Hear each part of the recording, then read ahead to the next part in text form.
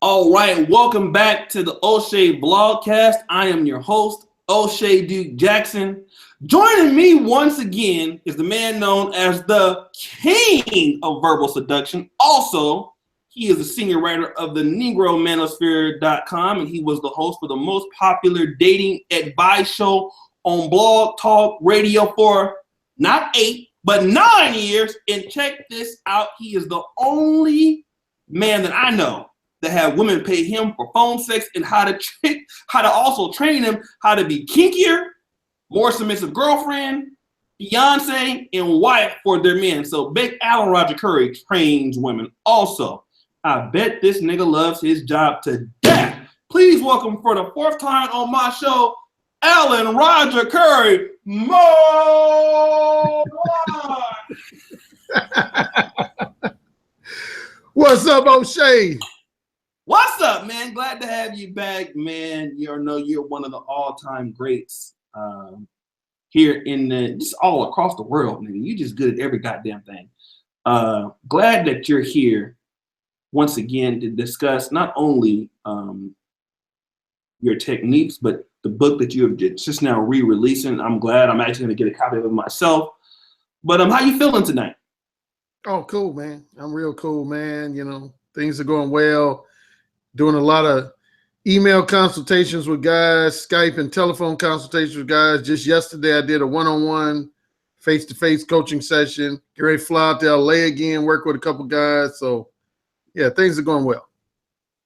Now, technically, this is your really third time on your show because Obsidian kind of hijacked the fucking interview and asked y'all those goddamn questions. Fuck our shit up. But welcome back, man. You know, that was really our third time. Every time we get together, we make a hit show. So let me ask you this, because I know it took me a while. It's like I had to really harass you. I said, Alan, man, get your ass on YouTube. He's okay. And you had a channel before, but it wasn't really active. Get on YouTube. Didn't want to get on YouTube. Finally, you got on YouTube. Now you're on Patreon. And your channel is rocking. You got about 17 video podcasts and one that's a pay-per-view. How do you enjoy being a YouTube personality now? Well, man, first off, I want to say thank you for giving me the enthusiastic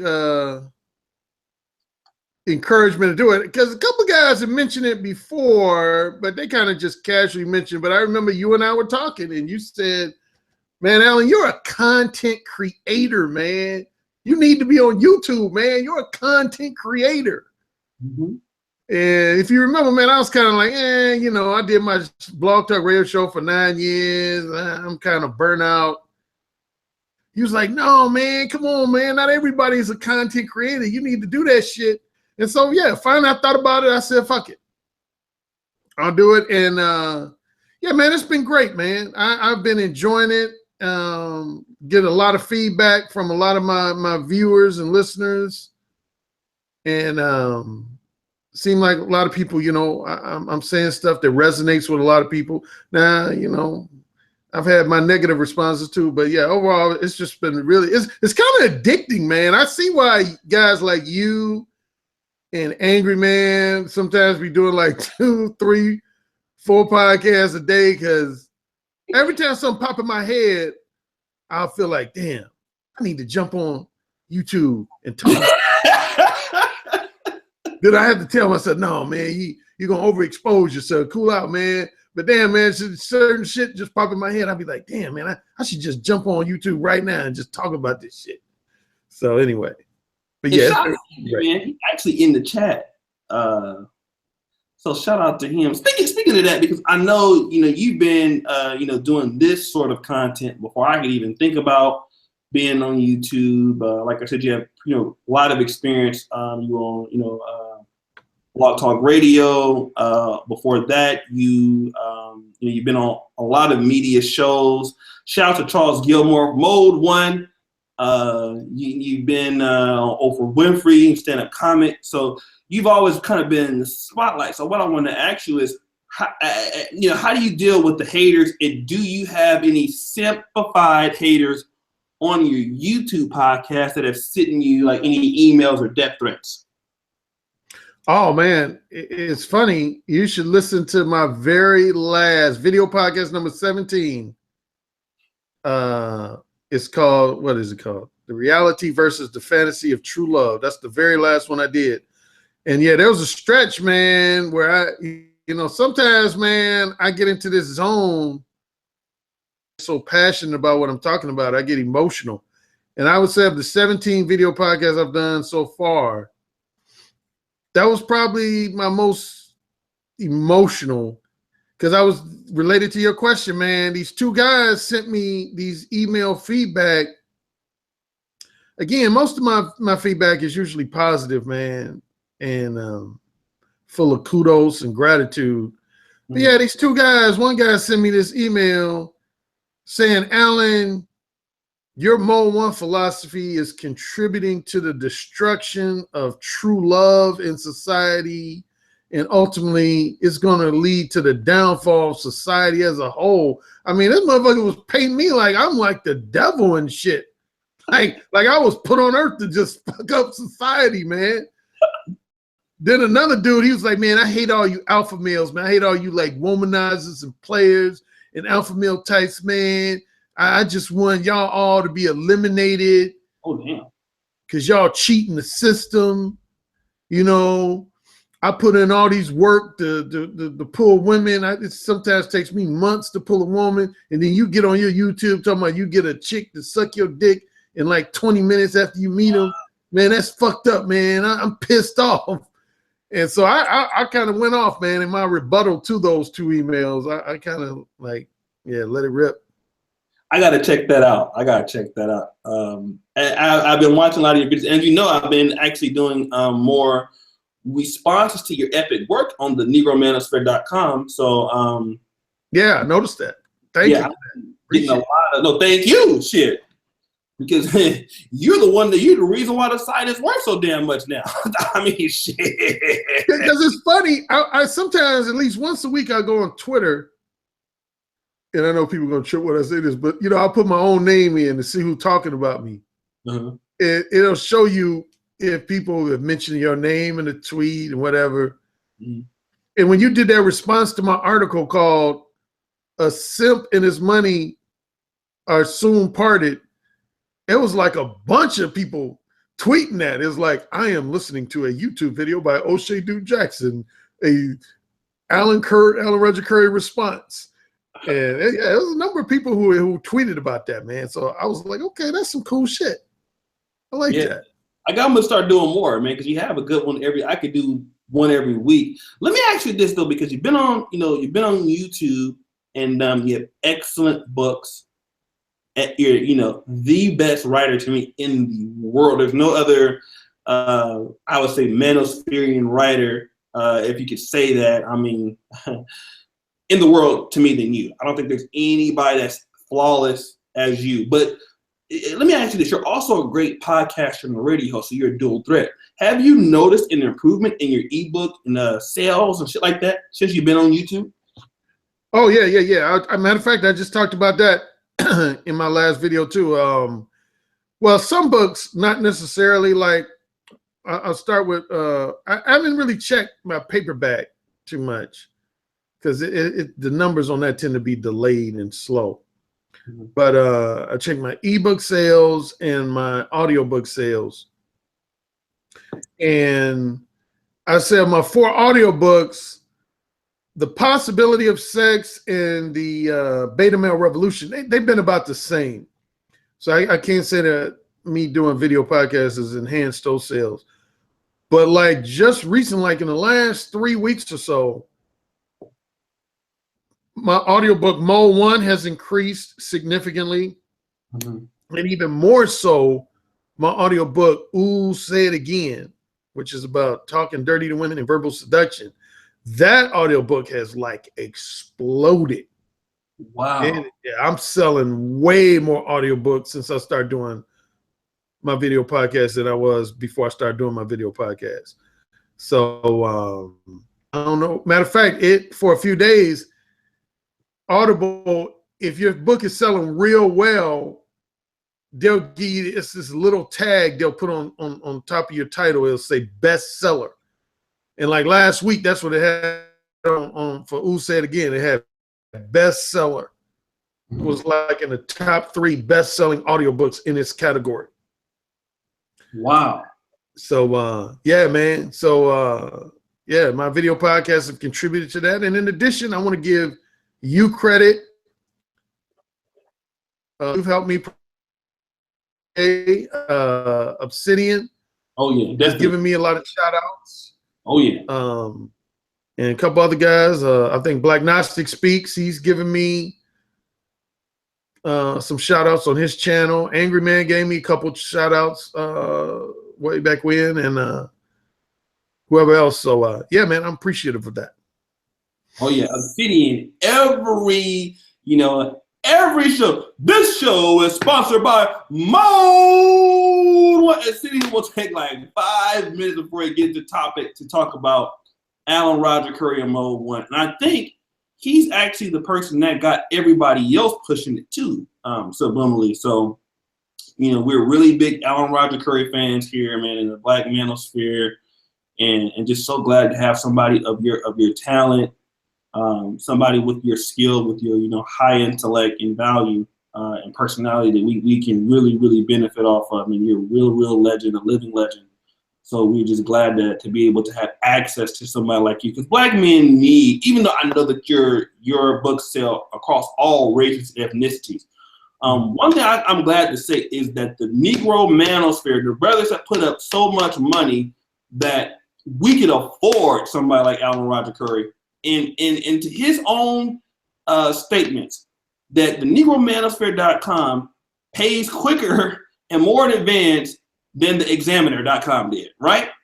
Oh yeah, man. Hey, I'm gonna tell your listeners, man, your boy Oshay here, man, he's a top-notch businessman, because yeah, he always pays me ahead of time, which, quite frankly, for me, in my experience, that's always been unheard of. Usually the quickest I would get paid for like a freelance article would be like 5 business days after the article was published. And sometimes even a little longer than that. I can name times. Sometimes I waited like 20 business days after my article was published before I got paid for it. But yeah, Oshay, man, he be sending me stuff like a month ahead of time. I want to say something twice as much as 2 months ahead of time. Yeah. And again, that's just unheard of. Yeah, and the reason why we can do it is because, once again, the brothers have been really supporting Alan Roger Currie. And, as you guys have helped us grow, we're able to help Alan Roger Currie go. But let's kind of get on with this. With something else I want to ask you, because you're really making strides on YouTube. You're getting more views than me, shit. But let's talk about this, because speaking of your ebooks, now you do have a new revised version, and this book is called "Let the Women," Mode 1. Let the women know what they're thinking. Right? It's a revised version. When exactly was the new version released?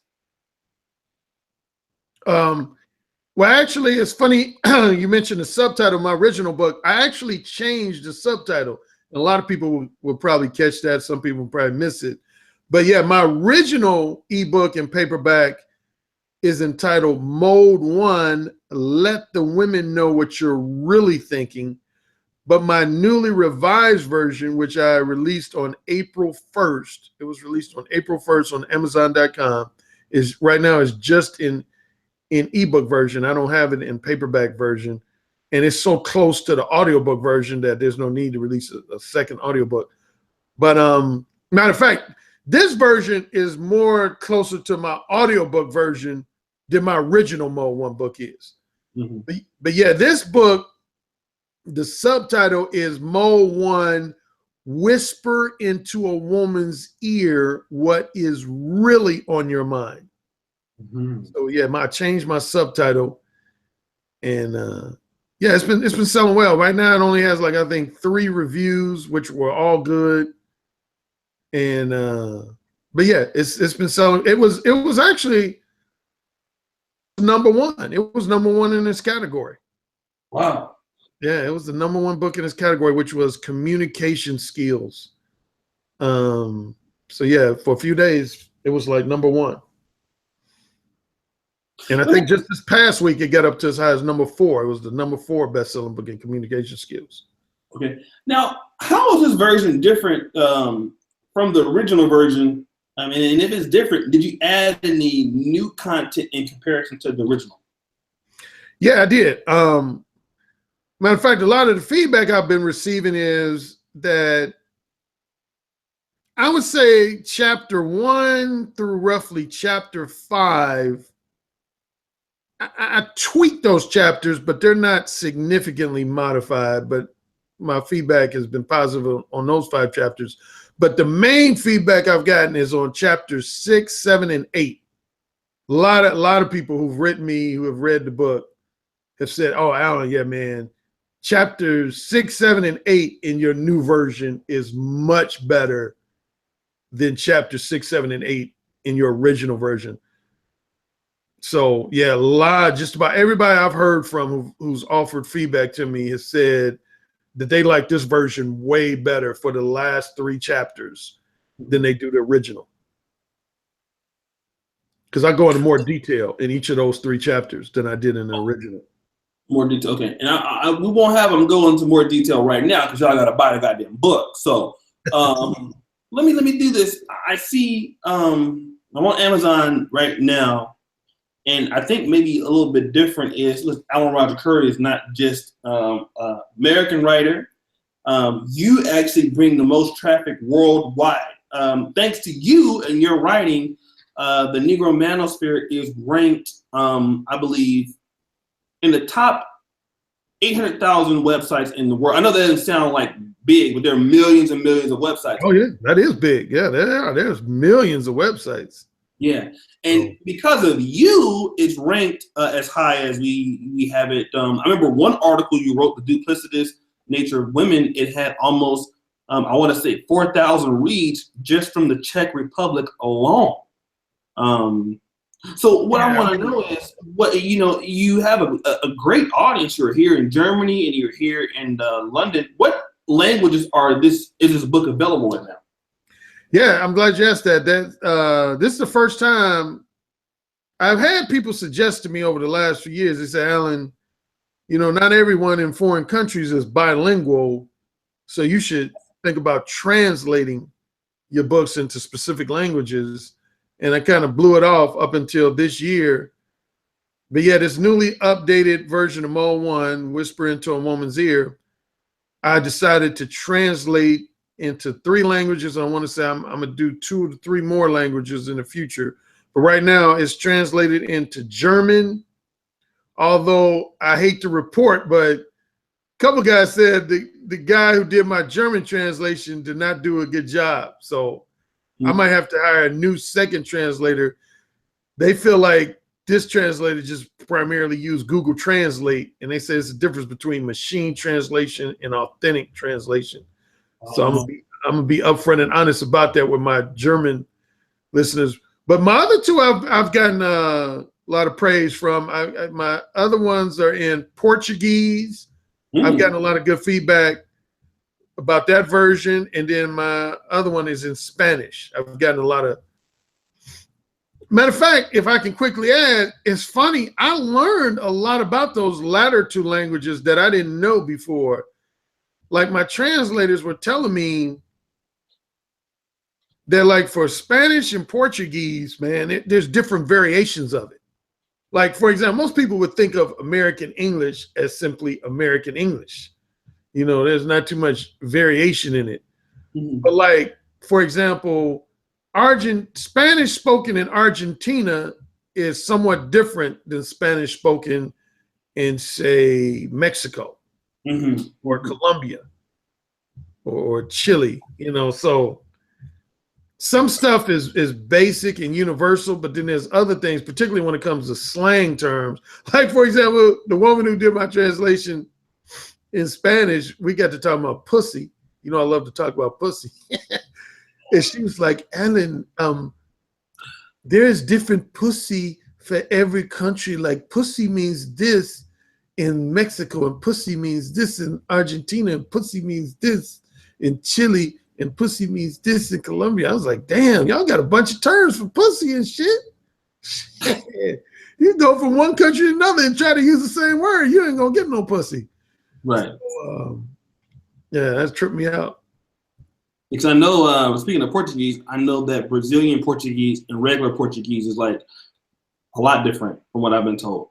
Yeah, that's what my Portuguese translator said. Yeah, there's Portugal Portuguese, and then there's Brazilian Portuguese. And she said some things are similar, but then there's a lot of things that are different. Again, particularly, she said when you start talking about informal language or slang language, she said that's when it becomes almost completely different.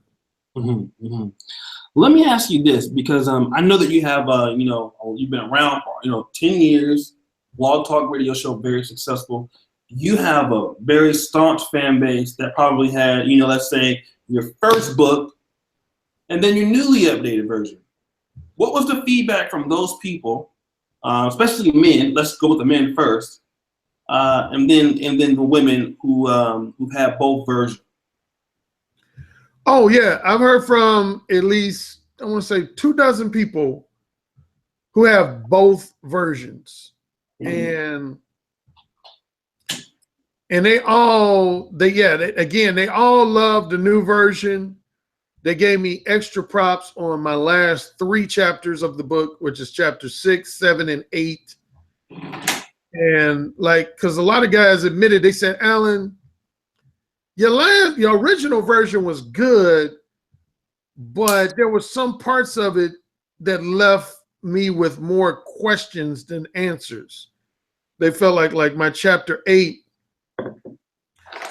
a specific criticism I got of my original was that I didn't give enough specific examples of what it meant to be mode 1 versus mode 2, mode 3. Whereas in my newly updated version, I give at least 2 to 3 specific examples of being mode 1 with a wholesome pretender, an erotic hypocrite, a manipulative time waster. So, all positive feedback. Okay. And I talked about more in this book, in a newly updated version. I talked more about alpha males versus beta males, stuff I talked about in subsequent books. And also, in my original Mode 1, I hadn't completely formulated my concept of the manipulative time waster. So that wasn't even mentioned in my original Mode 1. I just mentioned reciprocators, rejectors, and wholesome pretenders and erotic hypocrites, but I never made mention of manipulative time wasters, whereas this newly updated version, I talk about manipulative time wasters as well. Okay. Let me do this. I think I'm echoing. I'll put you on mute. So while I'm asking the question, Alan, and then you can come back off on mute because the shit is echoing. Can you talk about the feedback you get from women on your ebooks, paperbacks, and audiobooks, and if so, which ones? And to take yourself off of mute because you were echoing. So if you can do that, just go up to the microphone place. If you take your mic where it's up top, right there. Okay. All right. You can hear me now? Okay. It's funny. You asked feedback. I remember when I first came out with my Mode 1 paperback, I expected to only receive feedback from male readers, but I got quite a bit of feedback from women. And I remember this woman from Atlanta. She said that after reading my book, she started being Mode 1 with men, which kind of tripped me out a little bit. And she said, because she said she was similar to me in the sense that she doesn't like small talk. I make a big point in my book of telling readers, I said, I hate what I call trivial bullshit small talk.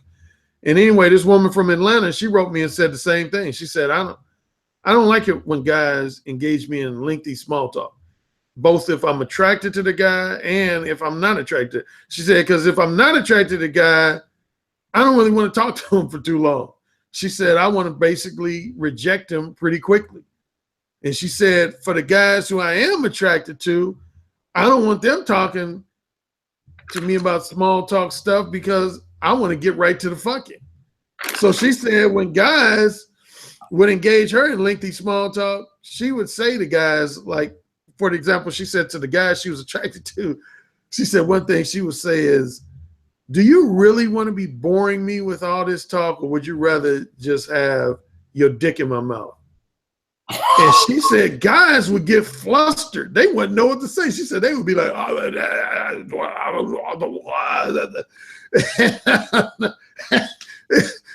she said guys would get all tongue-tied and shit. She said like 90% of the guys wouldn't know how to respond to that. And then the guy she wasn't interested, she said she would just straightforwardly say to him, hey, I'm going to cut you off because, you know, I'm never going to end up giving you any pussy. So you can just stop trying to impress me and boring me with all these biographical stories. You ain't going to get this pussy like ever. So, you know, have a nice day. Be blessed. Peace out. And I was like, damn, this sister's hardcore. But I would say beyond Mode 1, I would say as far as audiobooks, hands down, Ooh, Say It Again is the audiobook I get the most female feedback. Women love my 6 verbal seduction stories in part 2. They consider it audio erotica. And matter of fact, one woman who just endorsed Ooh, Say It Again was this woman Obsidian had on his show. Her name is Yashel. Yahshell. She runs this site called Black Domestic Discipline, where her and her husband had this thing where anytime she gets out of line, she's like disrespectful to him or smart alecky to him, he spanks her either with a paddle or his hand. He spanks her and gets her back in line. And so I had called in Obsidian's show when he was interviewing her, and I mentioned my book. Anyway, she listened to Ooh, Say It Again, and she wrote on my comment section, one of my videos, she was like, man, Alan, those stories and you got in Ooh, Say It Again were sexy as hell. She was like, these stories are hot. So I get that a lot from the women for that audiobook. So let me because we echo, and I'm gonna just put you on mute just really quick. Let me go to think of another question I'm gonna be able to ask. Now, I guess what I want to know is this: can you remind my audience again what motivated you? Well, you know, what kind of motivated you to come up with Mode 1, and how old were you when you came up with the concept of the actual Mode 1 approach? Yeah, to get a brief backstory again, I would say my first inspiration of all things was a porno movie I saw the summer before my freshman year in college. I saw this porno movie called Talk Dirty to Me, where the lead character, he was this prolific womanizer named Jack, played by this porn star who's since passed away, named John Leslie.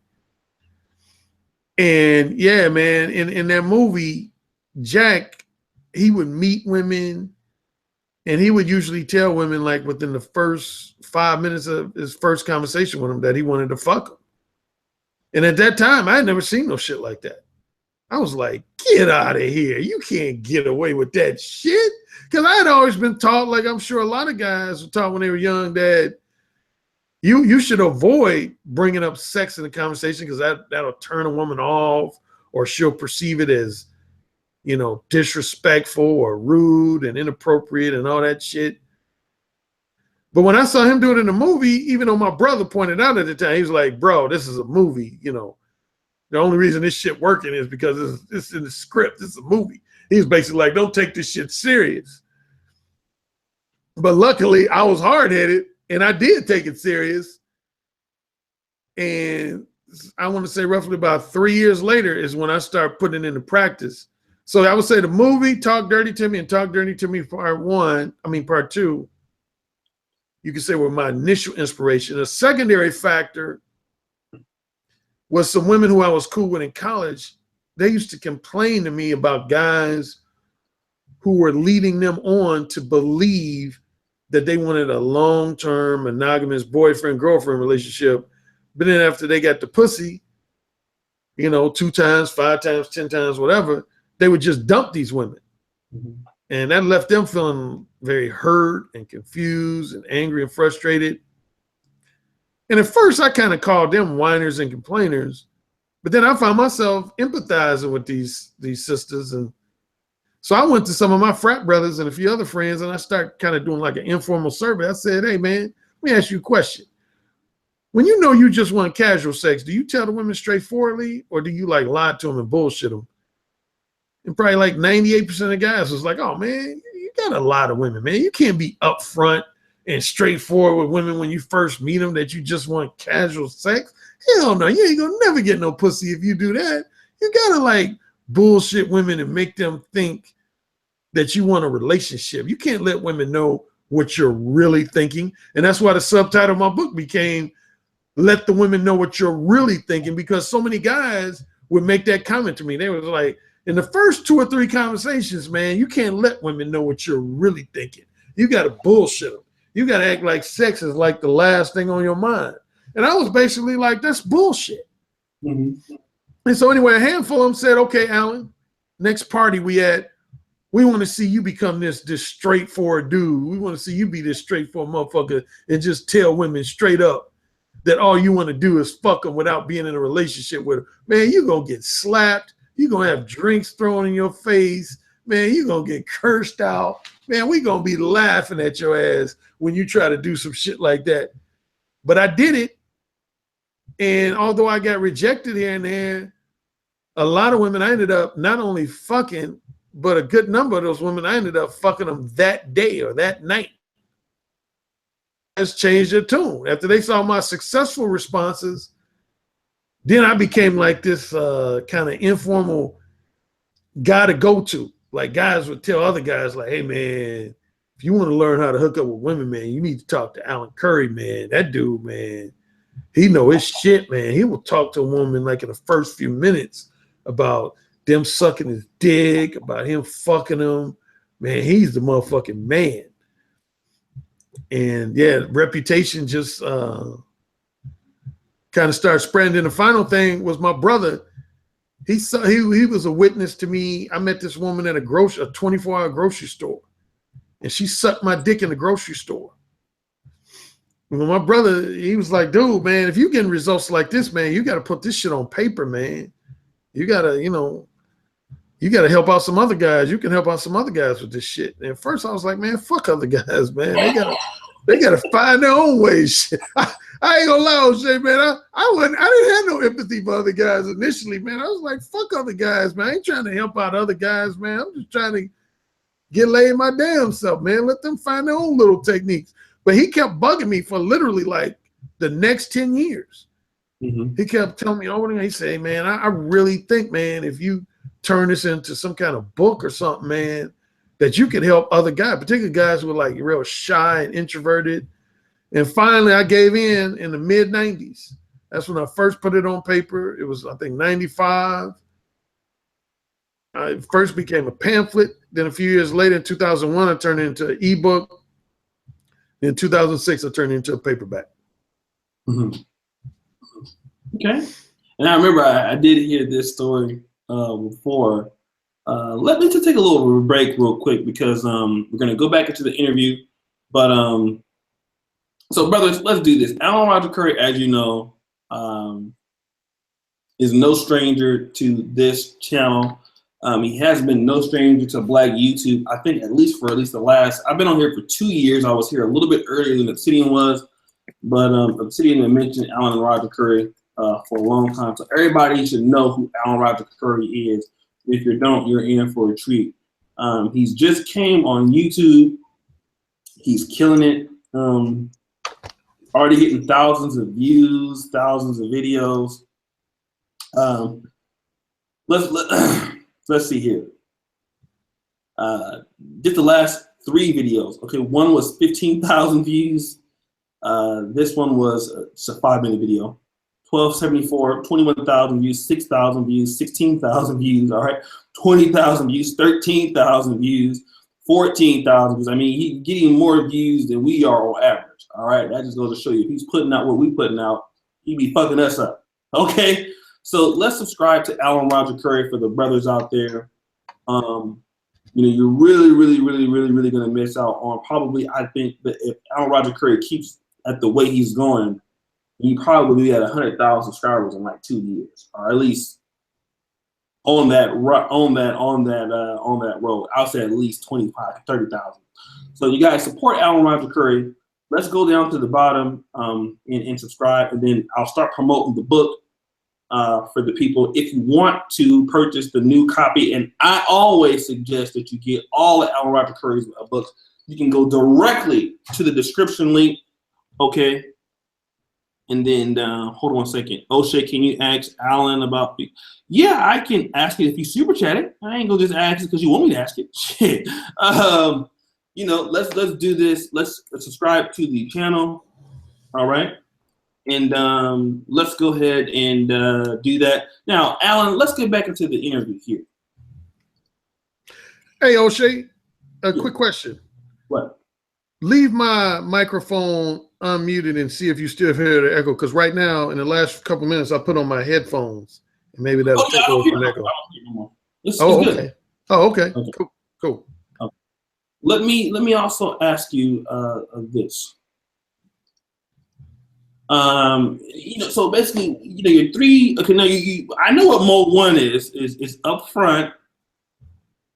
Describe all the other modes for the people. Okay, yeah.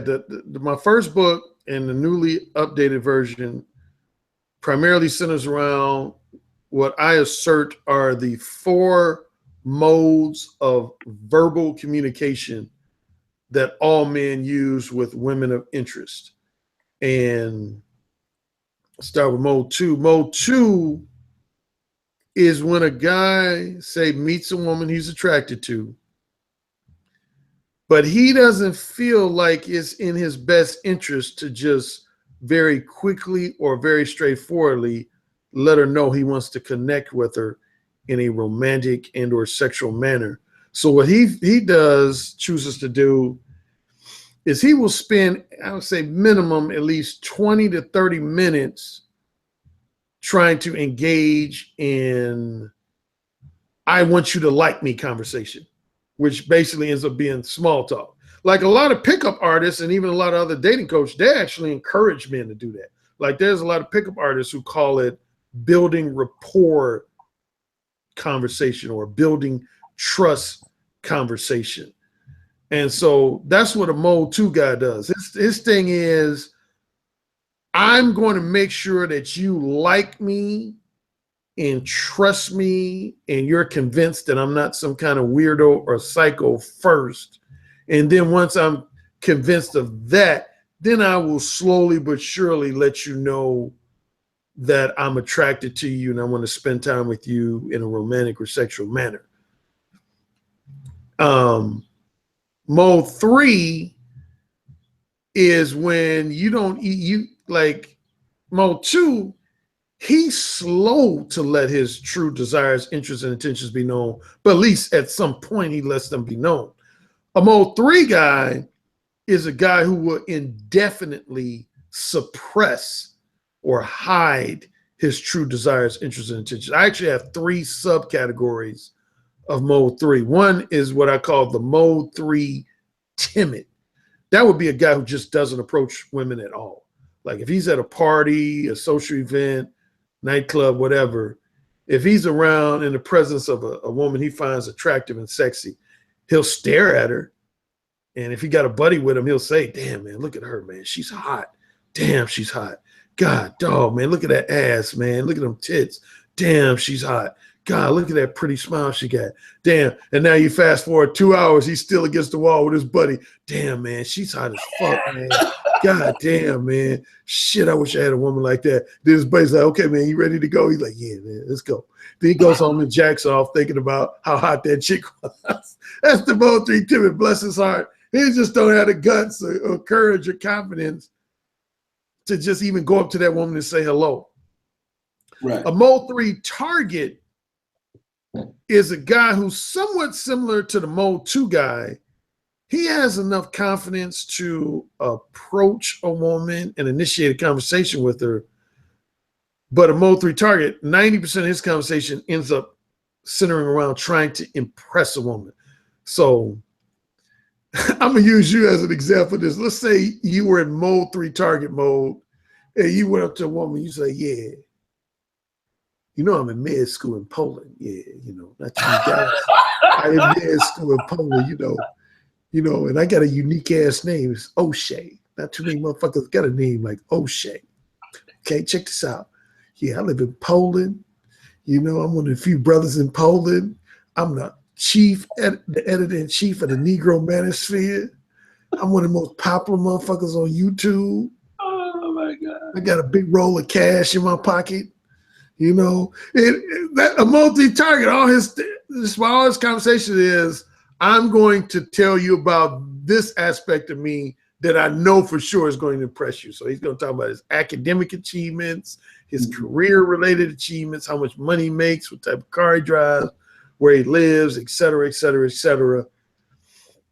And he's hoping that the woman would just be like, oh my God, I am so impressed with you that I just can't wait to get you this pussy because shit, you're so impressive. Oh my God, you're so impressive. And then the third subcategory of Mode 3 would be what I simply call the Mode 3 liar and cheater. And even more specifically, there's a guy that I highlight in a lot of my articles on your site, matter of fact, what I call fun clubbing. Fun clubbing is kind of sort of similar to what a lot of guys probably call simping. Fun clubbing is, say you meet a woman named Michelle and you're really attracted to Michelle. You either want to date her like in a boyfriend-girlfriend manner, or at minimum you want to casually fuck her, but you don't have the guts to tell her either one. So you just spend weeks, months, even sometimes years just pretending like you're content with being her platonic friend. And all your boys are like, oh man, you know you digging on Michelle. You know you want to date her. You know you want to fuck her. And you like, yeah, I do, man, but I don't want to tell her that. So every time you around Michelle, you just act like you her buddy and shit. And she's like, hey, Brian, are you here to help me move into my new apartment? And you're like, yeah, I am. Yeah, okay, I am. I'm here to help you move. Okay, there's the boxes over there. Go ahead and move. Okay, yeah. And now you're gonna pay for the food when we take a break, right? Yeah, I am. I'm paying for the food. I'm gonna order the pizza. And she's like, okay, yeah, matter of fact, can I use your SUV all next week while you take the bus? Would you mind that? Because you're such my good friend. You're like, yeah, okay, yeah, I'll ride the bus and I'll let you use my SUV for the entire week. Your voiceover, bro. What the fuck? Oh man, guys be fun clubbing the ass off, man. They be like, hey Brian, you're my good friend. Me and my girlfriends want to go to Cancun. Won't you pay for the tickets? Oh sure, yeah, I'll pay for the airline tickets, I mean, can I go too? Hell no, you can't go, Brian, but you're my good friend. We want you to pay for it. Anyway, that's the third subcategory, Mode 3. And then finally, the other third of the three categories in addition to Mode 1 is Mode 4. Now this is why I got a little passionate in my very last video podcast on my channel, because I was telling some of the guys, some of the hater types, that I'm trying to prevent them from going into what I refer to as the Mode 4 zone, because I lightheartedly call Mode 4 the evil twin of Mode 1. And as a matter of fact, I told Obsidian, because Obsidian likes to joke that he's the personification of the evil twin of Mode 1. I said, no, you don't want to be the evil twin of Mode 1, because that would make you Mode 4. Because Yeah, you don't want to be mode 4 because mode 4 is similar to mode 1 in the sense that when a guy's mode 4, he's very direct. He is very straightforward. He's very direct. But the difference is he has more of an angry attitude in his voice. His underlying attitude is more representative of anger, bitterness, resentment, romantic and sexual frustration. So, for example, a mode 4 guy would go up to a woman and be like, "Hey, you fucking bitch. I know you're a fucking bitch because all you women are fucking bitches and shit. You all are fucking cunts and shit. You can't be trusted, you fucking bitch. I know you can't be trusted by nature and the fact that you're a fucking bitch. And all I want to do is stick my dick in your mouth, you fucking bitch, you slimy bitch. I know you're a materialistic gold digger, you fucking bitch. You just use, man, you fucking bitch. But I'll still fuck you in the ass, you fucking bitch." So again, he's straightforward, but it has this angry attitude behind it. Like, you know, he talks to women like, "Oh, you all are a piece of shit. I can't stand none of y'all. But hey, I still want to fuck you. But I hate you bitches. I hate all you bitches." You know? So yeah, you don't want to go into mode 4 because in worst case scenario, all jokes aside, some guys, and there's been stories I've highlighted like George Sodini, Ted Bundy, Elliot Rogers. Some guys, they go so deep into the mode 4 zone that they become serial killers of women. And well, oh, yes, that's so fucking true. So fucking true. Yeah, like the most infamous of this nature was who was known as Jack the Ripper in England. Oh yeah, I think I can't remember the complete background, but I want to say he found out his mother was like a whore, and it like fucked him up, and so he started looking at all women as whores, and he just went out just killing bitches, just went out killing women. And there's a lot of guys, again, even in more recent history, that like this guy, Elliot Roger, man, he was frustrated that he wasn't getting no pussy. And he had hatred towards both women and the womanizing alpha males that he felt like these women were giving pussy to. And he was just like, "I'm going to kill some motherfuckers and then I'm going to kill myself." Did they ever catch Jack the Ripper? That's a good question. That's a good question. I'm gonna have to do my research or more research on Jack the Ripper. Okay, I don't know if they ever did catch him, to be truthful. Okay, let me do this because I have an actual question. I'm gonna get back to the interview, but all right, first of all, like let me shout out a few people, right? My man Rick Thompson, Theron Williams, the GL Scholar. Listen, you guys always donate, man. If you guys got questions for Alan Roger Currie, you can just ask, and I'll just put it on there. For those people who are already patrons, if you want to ask Alan Roger Currie a question like, Reynald always donates in here, people like that, you guys, it's not necessary because you guys do so much, and I really thank you guys. So if you guys have questions, just put them down there, I'll ask them. But one question that somebody has for you, Alan, is if you act like you don't care if to impress a woman or not, do you think it will give a man more leverage with women? I don't think a man should ever try, emphasis on the word try.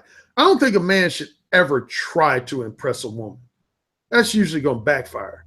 Because here's the realistic fact of the matter. If you were a man that, say, was currently fucking 5 different Victoria's Secret models, why would you be trying to impress any woman?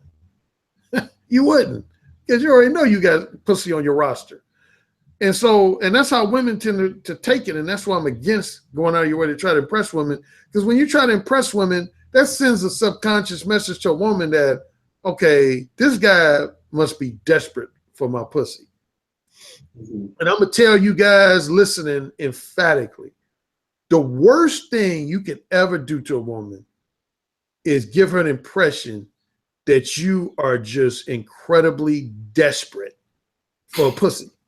Because think of it in terms of what I want to say, like a swap meet or some kind of market where you go buy goods.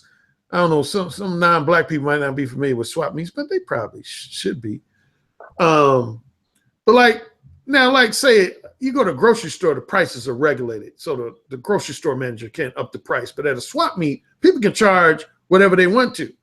So like if Oshay was at a swap meet and he went up to this guy selling sweaters and say the sweater was really worth $15, and Oshay went up to the guy and was like, man, I ain't had a sweater in like 10 years. I really need a sweater, man. God damn, I need a sweater. I need a sweater real bad. You think that motherfucker's gonna sell Oshay that sweater for $15? Hell no. He gonna sell Oshay that sweater for like $350. Oshay like, damn, that's all I got in my savings account. Dude gonna be like, so? I know you want the sweater real bad, though, don't you? Oh, man. Well, figuratively speaking, that's what women do. If you let women know that you desperate for their pussy, the non-manipulative women, they just gonna reject you. They just gonna leave you alone. I mean, they're gonna start thinking to themselves, well, shit, I can think of a number of things this guy will probably do for me in order to get this pussy. So they're gonna probably start off pretty low. Well, you're gonna have to take me to dinner 3 times in the next 2 weeks. And you like, okay, I'll do that. And then you take them dinner, they're gonna be like, well, you gotta pay some of my bills if you really want this pussy. And you like, okay, yeah, I'll do that. And then they're like, okay, you gotta, pay my rent for the next 2 months. And they'll just keep making you jump through all these hoops because they know you're desperate. And so going back to the initial question of impressing women, when you go out of your way to try to impress women, you send off a message to women that I'm desperate. So what I suggest is that whatever's impressive about you, just let it be naturally impressive. Don't go out of your way to talk about any one thing like what kind of car you driving or what type of house you live in. Just as you interact with that woman, if she happens to see your car or she happens to see your house and she says on her own, wow, that's an impressive house you live in. Or, wow, that's a nice car you drive or whatever. Or wow, you're so intelligent. Or wow, you got such a great sense of humor. Just let her find that shit out on her own. But don't be like, hey, yeah, I'm a real funny guy. All my friends tell me I'm real funny and shit. And I got this real nice car. I mean, no, don't do that. Let me ask you this, because I think there are very few guys that are mode 1. Very few. Even I think some guys who may think they're mode 1 are probably not mode 1. I told you I'm mode 6.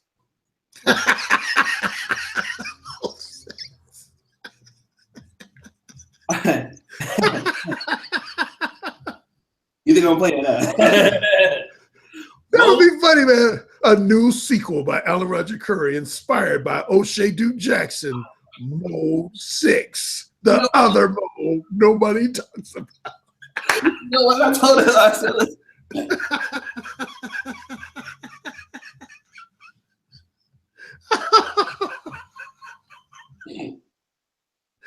Oh, shit. Wait a minute. I said, man, I asked Alan about the website and how did he feel it was going? He said his feeling is going good. He said, I think when you get the models on there, it's gonna do better. I said, oh shit, the models. I said, man, I gotta have you check out the models because I don't wanna start tricking. He said, Oshay, I won't let you fall back into simming. Yeah, man. Motherfuckers be sipping their ass off, man. Mode 6. Mode 6. You know what mode 6 is? I think I told you. I'm going to do a video called Walk in the Club and Instantly Start Tricking. That's the name of the video.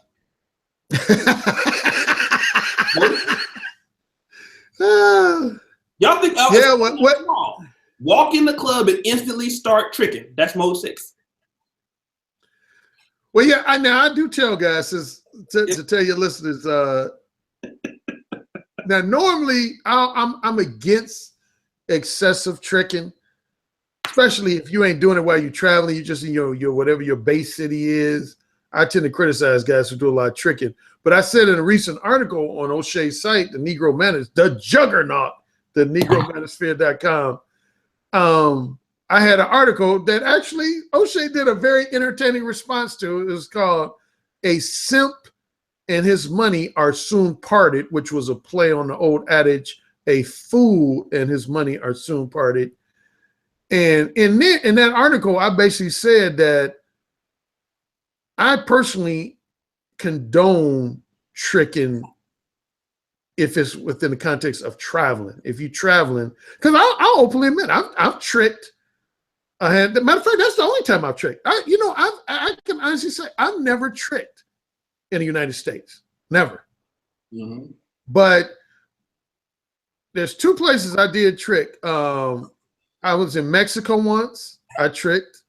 I hooked up with a prostitute. But see, prostitutes out of the country, it's hard for me to hook up with them, man, because I'm so into, I think you know this about me, I'm so into the whole talking dirty thing that when I start talking dirty to a woman, she's like, come on.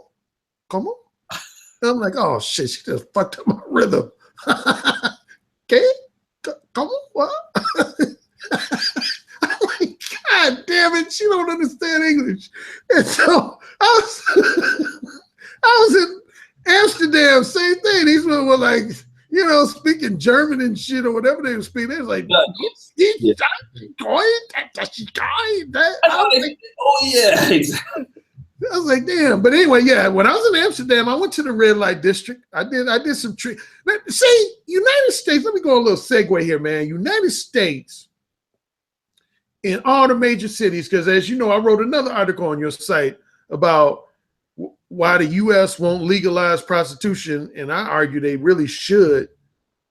And but man, in the red light district in Amsterdam, man, that shit works fine. They regulate the price. Like women can't charge what they want to charge. The standard price is 50 euros for like a half hour, and which is reasonable. And but anyway, the only time I trick personally, this is just an Alan Roger Currie thing, I only trick with women who don't understand English, who can't speak or understand English. Because with other women, I feel like I could talk dirty to them and get their pussy wet, and they'll give me the pussy. But yeah, I think it's okay to trick, man, when you're traveling. So yeah, Oshay was talking about some guys who want to go to like the Dominican Republic and Rio, and they willing to pay for the air travel and hotel, but they ain't willing to pay for no pussy. And Oshay was like, "What? That don't even make sense. The fuck you gonna pay all that money for an airplane and hotel and shit? Then you gonna be cheap when it comes to pussy?" Yeah, exactly. Yeah. Y'all niggas is crazy. That's why I'm saying I'm gonna make this article.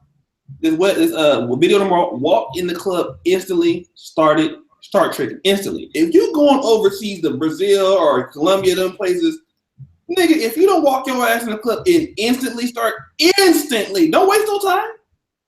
Get to work, nigga. Shit. I mean, what the fuck are you talking about? Instantly start buying pussy. Soon as you get in that motherfucker, start pointing and start, nigga.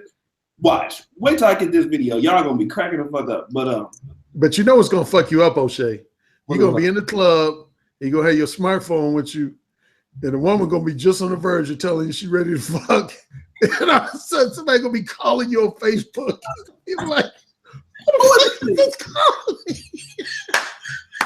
Oh my god. Oh shit. Come back, nigga. Well, let me do this real quick. So let me ask you this. Now I know you did say that you have women that are mode 1. So do you get a lot of women asking you for advice? I know you talked about the one woman, but what about other women? Oh yeah. I actually work with, like, a lot of people do assume I exclusively work with men, but I have not too high of a percentage, but I got a small percentage of female clients and even couples. Most of the women and couples I work with, it's more so related to either BDSM, because I'm in the BDSM lifestyle, and it's related to polyamory, which is representative of like open relationships or open marriages. Mm-hmm. But just on even verbal communication advice, mode 1 type advice, I've worked with some women, because some women are extremely shy. And see, one thing I've noticed about women in the 21st century, and I think this was started, I would argue that this was started by the movie. Oshay, did you ever see this movie called Disclosure? No, never. That's a pretty good movie. It was one of the first movies that dealt with the subject of sexual harassment when sexual harassment started being a big thing in society. And Demi Moore, I don't know if you're familiar with her. She's an actress, used to be married to Bruce Willis. Mm-hmm. And she's in this movie with Michael Douglas. And she accuses Michael Douglas of sexually harassing her. But spoiler alert for your listeners, spoiler alert, it turns out it wasn't a valid charge because she actually comes on to Michael Douglas. But anyway, to give another spoiler alert, one thing she says in that movie, and I think a lot of women adopted this attitude, she goes on this long soliloquy towards the end of the movie, and she basically, in a nutshell, says, the days of women waiting for men to choose us is behind me. She said, I'm not going to wait for a man to choose me. She's basically like, if I see a man I want to fuck, I'm going to go up to him and tell him I want him to fuck me. I ain't going to wait for him to approach me first. Fuck all that waiting on the sidelines for the man to choose the woman. And anyway, going back to you asking me about female clients, I have some female clients that's their attitude. They're like, I don't want to just go to social events and wait for men to approach me first and initiate a conversation with me first. I want to know how I can confidently approach them. And matter of fact, I've had women do that with me quite a few times, particularly when I was younger. Like I remember one time I was at this club in Indianapolis, and this woman, I was going to go to the bathroom. This woman just stopped me, and she said, "You are so handsome." I said, "Thank you." She said, "Can I kidnap you for the night?" And I said, "Damn, you get right to the point, huh?" She said, "I sure do." She said, "I want to kidnap you for the night and satisfy you to the highest degree." And I was like, shit. I was like, hell yeah, because she was attractive. It wasn't like she was some ugly skank. I mean, this was an attractive sister, man. Mm-hmm. And yeah, she made the first move on me, and I've had that happen a few times. So yeah, there's a lot of women who will come to me for that type of advice, like, Alan, how do I open a conversation with a guy? You know, mm-hmm. and let him know what my desires, interests, and intentions are. So yeah, I work with women. Okay. Let me ask you this. Let me try to think here. What could I say? Okay, let me ask you this. Now there's this BDSM lifestyle. Now I know you have some rates going for that. You've actually on your last show you came here before the second time rather. You actually have women who pay you for sex and submissive training. How the hell did you get into that, and how long have you been doing that? Yeah, well, I've been into BDSM informally probably since my college days. Like, matter of fact, I just hooked up with some of my fraternity brothers in late October of last year, and a couple of them were teasing me because they said, Alan, we remember when you was in college, man, you used to make women call you sir. We would hear women saying to you, yes, sir. Yes, sir. No, sir. Yes, sir. And they was like, you used to just straight up dominate women. I was like, yeah, I did. And so, yeah, I think starting with the age of like maybe 21, 22, I would have women call me sir. And that, truthfully, that was before I even really knew all the details of the BDSM lifestyle. I didn't really like explored it. I just started naturally wanting to dominate women and have them refer to me as sir instead of Alan. But as far as doing it on a professional level, like my telephone consultations and the like, I started doing that in 2010 on the suggestion of some women I knew. Because I was starting to have women refer other women to me. And they would say, yeah, I got this girlfriend and I was telling her about you. And she said she needs you to train her to be more submissive and more kinky. And I would say, really? And then these girlfriends of mine would say, they say, you need to charge. Because at first I was doing it for free. They said, no, you need to charge for this shit. So yeah, I put a page together and I established some rates. And yeah, matter of fact, most of my clients in that regard are from referrals. I would say probably 3/4 of the women and couples I work with, they got referred to me from somebody else I'd already worked with previously. Damn. And now some women, they just pay me for just straight phone sex. Here's the kicker, Oshay, with the phone sex thing. a lot of women, see, this is what I tell guys. Like, there are a lot of women who, if you ran into them on the street or at some kind of business function, there's a lot of women who will present themselves as very dominant, very controlling, the type of women that would say, oh, I'll never let no man tell me what to do. I'll never let no man dominate me. Ironically, those are my main clients. Women who are like CEOs of or owners of companies. I had one woman, she was a judge. And you know, judges, all they do is tell people what to do. But she would pay me to talk to her like she was just this nasty slut. She said, oh, call me a slut.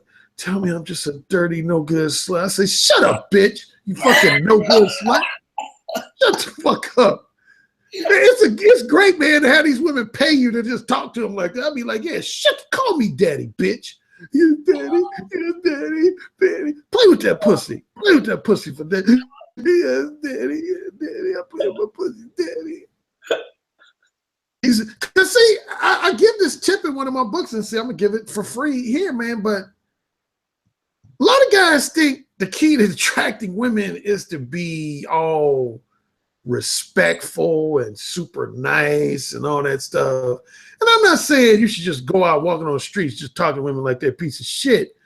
But women, if they're attracted to you, that's the key thing. If they're attracted to you and they have sex, you know, have some degree of desire to have sex with you, they want you to talk to them like they just a kinky freak, man. Like they just a nasty, naughty slut. They don't want you saying stuff like, oh my God, Linda, you're a goddess. Oh my God, you're so beautiful. Oh my God. What can I do? Can I put rose petals near your feet to earn your presence? Oh my God. Man, women don't like that shit. Yeah. Oh man. Okay. Oh, bro. Every time I hear you tell that story about that judge, man, that's just. Let me ask you this, because you do have a show. I don't know if you still do it, but it's called The Erotic Conversations. You still do that show? Oh yeah. Yeah, okay. I don't do it. That's a show I don't do regularly though. So that's the thing. Like upfront and straightforward, I did that on a weekly basis. Mm-hmm. The Erotic Conversations, I just do that when it tickles my fancy or when I know I got a juicy guest. I'm gonna be actually uploading an episode probably in the next couple of weeks where I got like, I want to say 3 women playing with their pussy at the same time. Whoa! And let me do this real quick because I gotta hear about this. Carlos Jean, what up, man? Thank you again for the donation, man. You donated in the super chat $37 last time. This one, 1914. He like to do like specific numbers and shit. Is that a year? Yeah, 19. But thank you anyway, brother. Appreciate you. He said he's cracking up but taking mental notes. Let me ask you this, Alan, because on the Erotic Conversation list, and before I ask you that, are you seeing that YouTube is a better medium than Blog Talk Radio? You use both. You're familiar with both methods. Which one do you think is the best for you? Ooh, that's a good question, Oshay. Oh, that's a real good question. Yeah. I'd say this, when I was on Blog Talk Radio, I really enjoyed it because it was kind of, when it first came out, to me, it was kind of ahead of its time. Because before Blog Talk Radio, people were doing either one of 2 things in audio format. They were either doing, hold on a second. I heard somebody at my door. At the time Blog Talk Radio came out, people were either doing podcasts, which of course were pre-recorded, or there were some people who were doing live internet talk radio. Mm-hmm. So they were doing one or the other. What Blog Talk Radio did is combine both. Mm-hmm. They combined live internet talk radio with the podcast format. So when you would first do a show, it would be live and people could call in like a broadcast radio talk radio show. And then once the live portion was over, it would automatically become a downloadable podcast. So, and other thing I loved about Blog Talk Radio that I do also love about YouTube, you know, like people would ask me all the time, like, Alan, man, you're pretty talented. You should be on broadcast radio.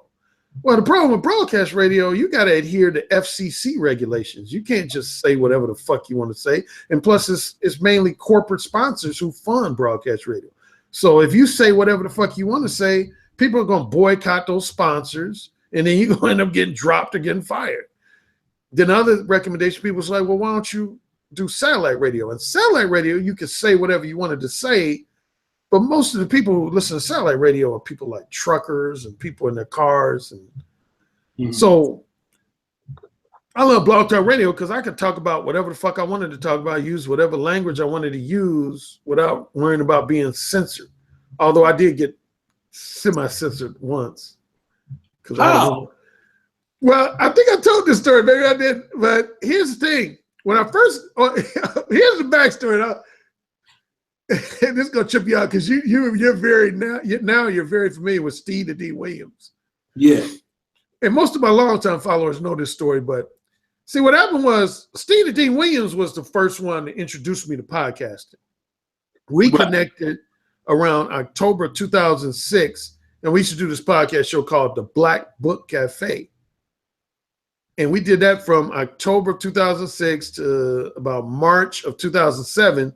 Then beginning with April of 2007, he said, he used to call me Mold. He would never call me Alan when we first connected. He'd always call me Mold because of my book, Mold What. He would say, hey, Mold, man, I know about this site called Blog Talk Radio, man. I'm going to move my show over there. And everything I just told you, he was talking about it. He was like, yeah, it combines live talk radio with podcasts. So I was like, cool. So I started off on Blog Talk Radio being Steve the Dean Williams, like reoccurring co-host. It was called Men on Dating. So he was the host. I was the co-host. Matter of fact, he had like 2 or 3 of us. There were 2 or 3 like co-hosts. And about 6 weeks into the show, he was going after this other podcast. So I'm not going to say this guy's name, but he was a real popular dating advice podcast host on Blog Talk Radio. I think I know who it is. And matter of fact, before Steve came, I want to say this guy was the only guy who had a dating advice podcast show because, you know, it was just in its early stages. And so Steve, man, you got to know his personality. But Steve, similar to myself, I ain't going to say I'm too much different, but Steve is very competitive, man. And he didn't want this guy having more listeners than him. So he just started like attacking the dude, man. And I had told him, I said, man, Steve, why are you going after this dude, man? He ain't done nothing to you. He was like, man, fuck that dude, man. I want to steal his listeners, man. I want to take his listeners. But what he realized, because Steve was gearing his show towards male listeners, but this other guy, probably 90% of his listeners were actually women. Right. So anyway, making a long story short, after Steve went after him a couple times, these sisters start calling in the Steve show, criticizing him and insulting him. And Steve just went off, man. He said, I don't like none of you black women. All you black women are a bunch of bitches. And he said, ain't that right, Mold? And I said, oh, bro, I can't co-sign with you on that, dog. I said, I got a lot of black women that support me, man. I said, I don't, no, bro, I can't co-sign with you on that. And he got mad at me. He's like, well, then hang up there, man. Fuck you. And so anyway, we had this big falling out. And again, a lot of my longtime listeners, they know about this, so it ain't no big secret. But yeah, we had this big falling out on air, man. Yeah, I hung up on the show. So anyway, that's what the blessing in disguise of that incident, that's what provoked me to start my own show. Because what happened, some of my followers, they was like, well, Alan, shoot, you're good on radio. You should just start your own Blog Talk Radio show. So I did. In late May, matter of fact, it's interesting. It was around this time of the year in 2007. Seriously, it was the Tuesday after Memorial Day. That's when I first started my show. My initial show was called Balls Out Talk with Mode 1. That was the initial title. So this is a long way to answer your question. You're talking about the censorship. I had this show for about 3 weeks called Balls Out Talk. And then I did this one show on the popularity of female sex toys. And I interviewed like about 3 or 4 women about sex toys. And one woman, she started talking about a clit stimulator. And at the time, I didn't know what that was. I had heard of a dildo and a vibrator, and I think I'd heard of a bullet, but I didn't know what a clit stimulator was. And I said, describe that for me. She said, well, let me go grab it. And I thought she was just going to grab it to, so she could give me a better description. And she started playing with her pussy on the live air. And I was like, damn. And other women on the line, they were getting real turned on. They was like, oh, this is so hot. That was, you could say that was a precursor to my show, The Erotic Conversations. Because, yeah, this woman was playing with her pussy. So then what happened, this chick wrote me, I forget her name. She was like a bigwig with Blog Talk Radio. And they had ratings. They have like, I think at least 3 ratings: general audience, mature audience, and explicit. And my show, that particular episode, I had rated it mature. But this woman, she wrote me from Blog Talk Radio. She said, hey, Alan, I got to let you know, you got to go into your episodes and you got to change that to explicit. We can't have that be just mature, because you actually had a woman masturbating on air. I was like basically audio porn. But here's the kicker: the same woman was like, I listened to that episode like 6 times. And so I asked her, I said, hey, I noticed you feature certain shows on your main page, because at the time in the early years, it was like a big deal to be featured. If you got featured on the front page, the main page, that meant you were really doing something. And I was like, how can I get featured on the main page? And she was like, well, number one, you can't have any more women masturbating on your show. And she said, number two, your title is a little too provocative, balls out talk. She said, you need to change it to something more tame, more palatable to the mainstream listener. And then that's when I came up with Upfront and Straightforward with Alan Roger Currie. Oh, another thing she said, we like to feature shows that have guests. So she said, you don't have to have every episode feature a guest, but try to do at least 2 out of every 3 episodes or 3 out of every 5 episodes, have a guest on your show. So that's when I started inviting guests. And I did it for 9 years up until early June of 2016 is when I did my last show. Even though later on I did have a couple women masturbate on live. In spring of 2016, I had one show with this chick named Leslie Love. Yeah, she was masturbating on live radio. Oh my God. Wow. Yeah, I like to have women. Now you're on YouTube.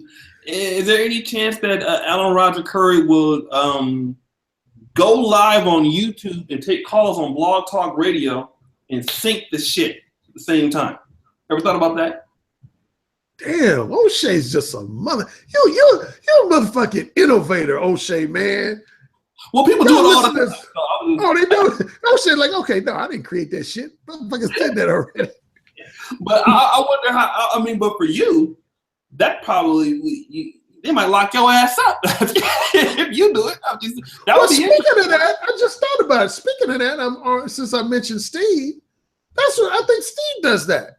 Steve does his Blog Talk Radio show, and he'll a lot of times live stream it on YouTube. I'm getting ready to do it too, actually. Oh, okay. No, I never thought about that, but I guess that would be a possibility. Yeah. My show is gonna be called the Jerry Curl Show. So I'm serious. You think I'm playing? No, I'm serious. I'm gonna have a background like Angry Man and all of them, but it's gonna be with a bunch of Jerry Curl juice kit bottles in the back. That's gonna be the world of curl juice.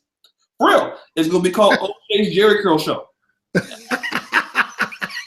Yeah, now, you know what's gonna happen though, don't you? You know what's gonna happen. What's gonna happen? So we'll joke about every now and then. We'll joke about how there's some brothers and sisters, man, that live in certain cities, man.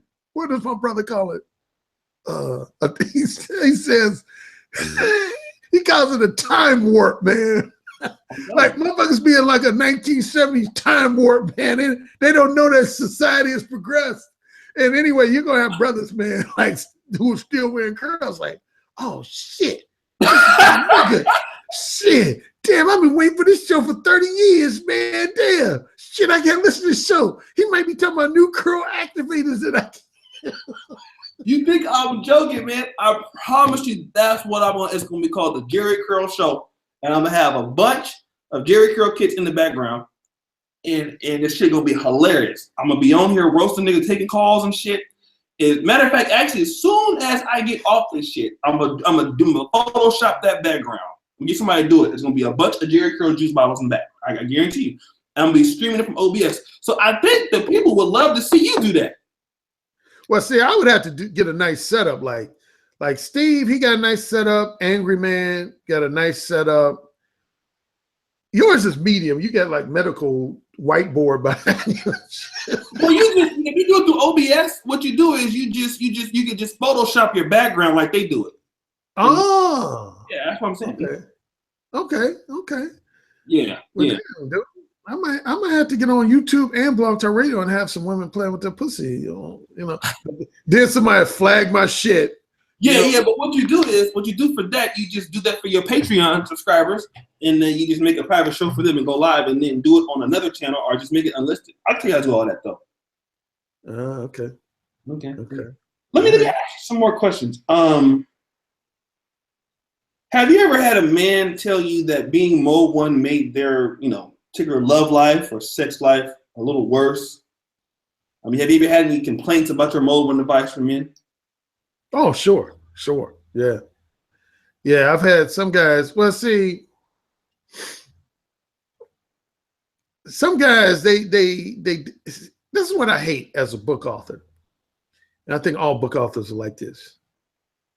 I hate when people just half read my shit, or even worse, some people don't really read it at all. They just kind of browse through maybe 3, 4, 5 pages of the book, and they just think they know what it means to be Mode 1. So like when my book first came out, a lot of guys thought Mode 1, the essence of Mode 1 was just to go up to a woman and say, "Hey, my name is Frank, and I want to put my dick in your mouth." And of course, women blew them out the water. And so they would write me and say, "Hey, this Mode 1 don't work, man. I went up to this woman and I told her immediately I want to put my dick in her mouth." And, I say, "Show me in my book where I told you to do that." "Well, I mean, like, I thought that's what." No, you didn't read my shit. Because I nowhere in my book do I say go up to a woman and say. Now, in their partial defense, I have some legendary same-day seduction stories where I have approached women and the very first thing out of my mouth was something highly sexual.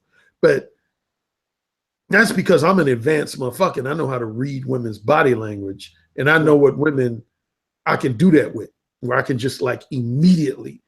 But in general situations, I don't just go up to a woman and in the first 5 seconds say something sexual.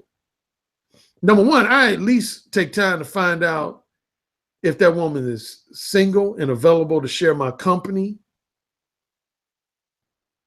And well, yeah, that would be the 2 things. Yeah, I want to find out at minimum if a woman is single, because like if you just go up to a woman in a grocery store and say, "Hey, my name is Frank and I want to fuck you doggy style," and then all of a sudden her big 6'10" husband comes a couple seconds later, he's like, "Yeah, I heard you say that to my wife. What the fuck you saying to my wife? Talking to my wife like that for?"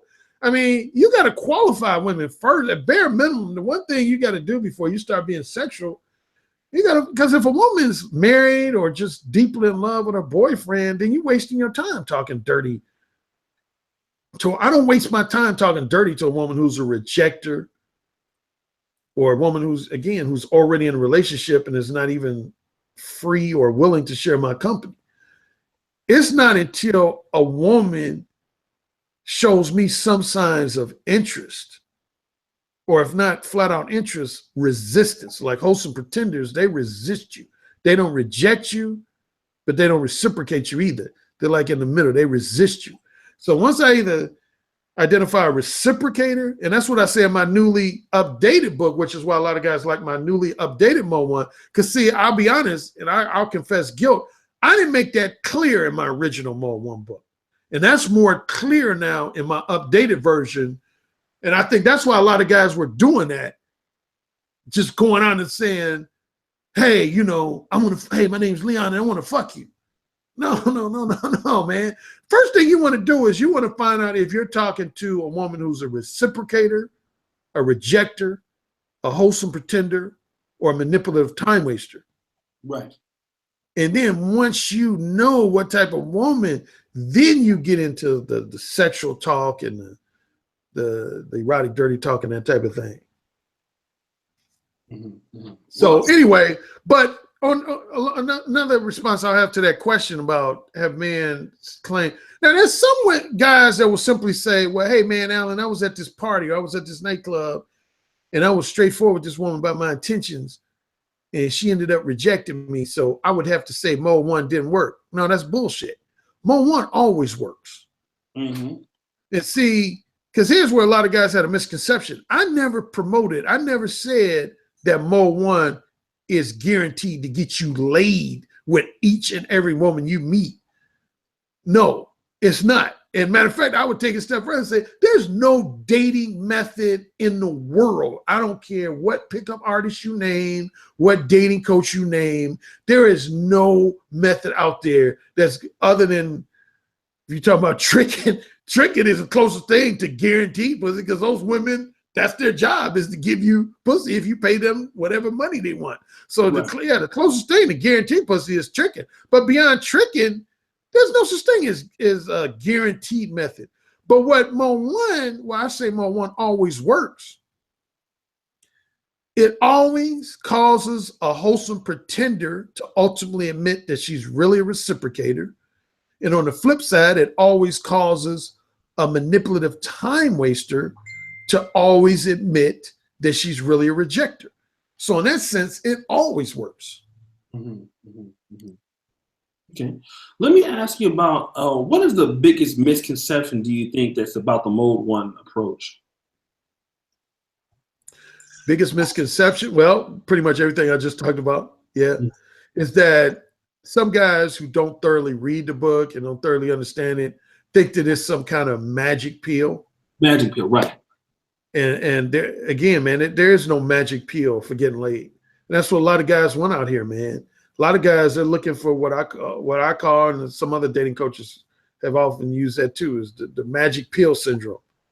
You know, they want that one thing that's like guaranteed to work on every woman they meet. And that's not Mode 1. Right.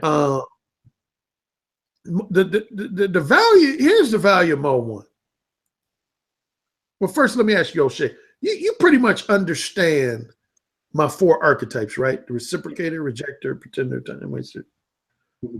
Okay, let me put it in this way. I always use this women in a hotel rooms analogy to explain some of my shit. Let's say, Oshay, you were in a room with 5 women, and it was predetermined that all these 5 women definitely were interested in having sex with you. Now, see, in that scenario, you could be Mode 1, but you really don't have to be, because you know these women want to fuck you. So, I mean, even if you talk to them about, you know, hot dogs and baseball games, you know you ultimately gonna get the pussy from them. So it'd be no sense of urgency. On the flip side, let's say you were in a hotel room with 5 women and it was predetermined that none of these 5 women wanted to have sex with you. Well, number one, you probably wouldn't even go into the room. And if you did, you know, you would know that whatever conversation you had with them, it wasn't going to lead to sex.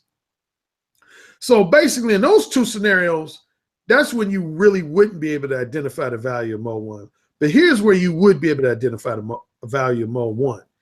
Let's say you were in a room with 5 women and 1 woman was a reciprocator, 1 woman was a rejecter, 1 woman was a wholesome pretender, 1 woman was an erotic hypocrite, which is basically a more pretentious and materialistic version of a wholesome pretender, and 1 woman was a manipulative time waster. If you got into that hotel room with those 5 women, how would you know who's who? I mean, you just wouldn't. You know, if you didn't know ahead of time who was who, what type of way would you converse with each of those 5 women so that you could, as quickly as possible, identify which woman was the reciprocator, which woman was the rejecter, which one was a wholesome pretender and a erotic hypocrite, and which one was the manipulative time waster. And I'll put extra emphasis on the manipulative time waster.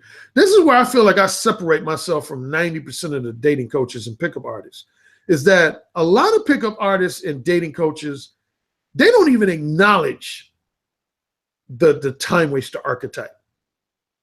Like a lot of dating coaches and pickup artists I've talked to, they'll acknowledge the reciprocator, they'll acknowledge the rejector, and they'll acknowledge to one degree or another the wholesome pretender.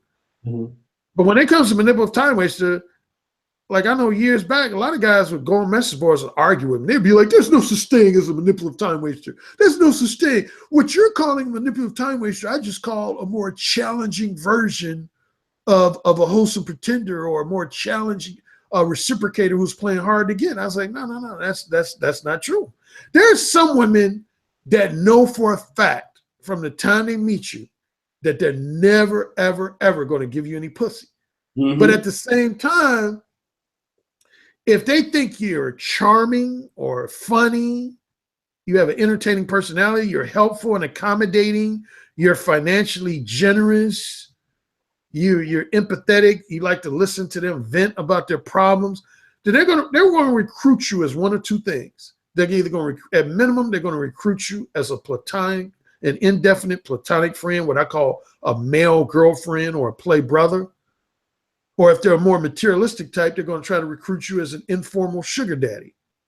And so I teach guys to identify women like that. And that's why I'm so against lengthy small talk. Because see, like a lot of pickup artists teach guys that if you get a woman to talk to you for 20 minutes, 30 minutes, 45 minutes, an hour, that means that 99.9% chance that woman is interested in you. And I'm one of the few dating coaches who say, no, that's not true. That's bullshit. There's some women who just like to yik yak. There's some women who just like to fucking talk.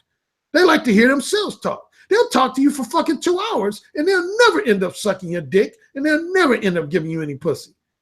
And so I'm the type of guy, I converse with women like that. I get to the point real quick. So I can identify, is this woman wasting my fucking time, or is this a woman who's going to potentially give me some pussy? And that's what I teach men to do. Okay. Let me also ask you this. If we can, let me see here. Does a man have to use X-rated language with women in order to be mode 1, in your opinion? Good question. I get asked that a lot by actually both men and women. No, simple answer would be no. And see, I say that in my book, and a lot of guys miss that. So again, it goes by guys not thoroughly reading my book, because a lot of guys were under this assumption that the only way to be mode 1 was to use, profanity and triple X-rated language. You can be, I'll give you the best simple example of being mode 1 in a PG manner without using any profanity, any extra language. It's just simply if you approached a woman and you said, hey, I find you attractive. I think you're sexy. I'm very interested in sharing your company in the near future. But I got to let you know up front and specifically, I have absolutely no interest in engaging in a series of purely platonic interactions with you. I don't want anything platonic with you. I want our interactions to have romantic and sexual undertones. Right there, you were just mode 1 without using any profanity or any X-rated language. Just the simple fact that you let a woman know that you're not in the market to be her next platonic friend. You ain't trying to be buddies with her. You let her know just straightforwardly, hey, if we can't have something romantic or sexual, then I don't want anything. That's mode 1. That's the essence of mode 1. Now, let me tell you this quick story. I did have one guy, though, who did criticize me. I had this one guy, he was a consultation client. He said, man, Alan, I've heard about a lot of your infamous, same-day seduction stories, man. I want to be just like you, Alan, man. I want to go up to women and tell them that I want to fuck them and I want them to suck my dick. And I was like, okay, hold on, grasshopper. Since you're a novice at this, I would actually suggest you don't use X-rated language and that you keep everything PG-13. And he said, really? Most of your stories, you didn't use PG-13. I said, yeah, that's me. I'm more advanced, but you just starting out. So I think you should use, clean language, family-friendly language. You sound disappointed. He's like, oh, okay. So then he wrote me about, I don't know, let's say 3 weeks later. And he was like, Alan, yeah, things are going okay, man, but I'm not feeling like I'm creating any sparks with any women. And I said, oh, be patient, things will happen. He's like, oh, okay. Then I hear from him for about a month, maybe like 4 or 5 weeks. Then finally he wrote me, he said, man, Alan, you're a fucking genius, man. You're the man, but I got a criticism of you. He said, remember when you told me not to use any X-rated language? He said, that was bullshit, man. He said, when I was using nothing but PG language with women, he said, yeah, I had a few women that were moderately interested in me, but it was nothing like the experiences you had. But he said, once I said to myself, fuck Alan's advice, I'm going to start using X-rated language with women. He said he started getting laid like crazy. And so he was excited about that, but he was critical of me. He said, man, I don't think you should tell your consultation clients not to use X-rated language. I think you should just leave it up to them. And that's what I do now. I don't specifically encourage them to use X-rated language, but I don't specifically discourage them either. I basically like, it's on you. That's a personal call on you. But yeah, like me, I love to use X. I love talking dirty to women, man. That gives me a high. I love talking dirty to women. Okay. Yeah. And, I guess what I want to know is there anything else you want the listeners of the show and readers of the Negro Manosphere to know about your ebooks, paperbacks, or audiobooks? Yeah, just number one, my audiobooks are available on audible.com, which is the audiobook division of Amazon. And you can also find my ebooks and paperbacks on amazon.com. To give you the quick gist, like some guys will write me and ask me, Alan, which one should I listen to first? Or what's the difference between this book and that book? Mode 1 is the book that covers my overall emphasis on verbal communication skills, improving and enhancing your verbal communication skills with women.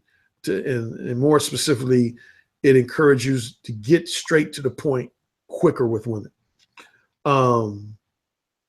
Another audiobook, my most recent audiobook, The Beta Male Revolution, I actually recommend to a lot of clients and followers that they listen to that audiobook even before Mode 1. I kind of call that the prequel to Mode 1. And the Beta Male Revolution is when I give kind of a brief history lesson of how the dating scene and the dating rituals between men and women has evolved to this point.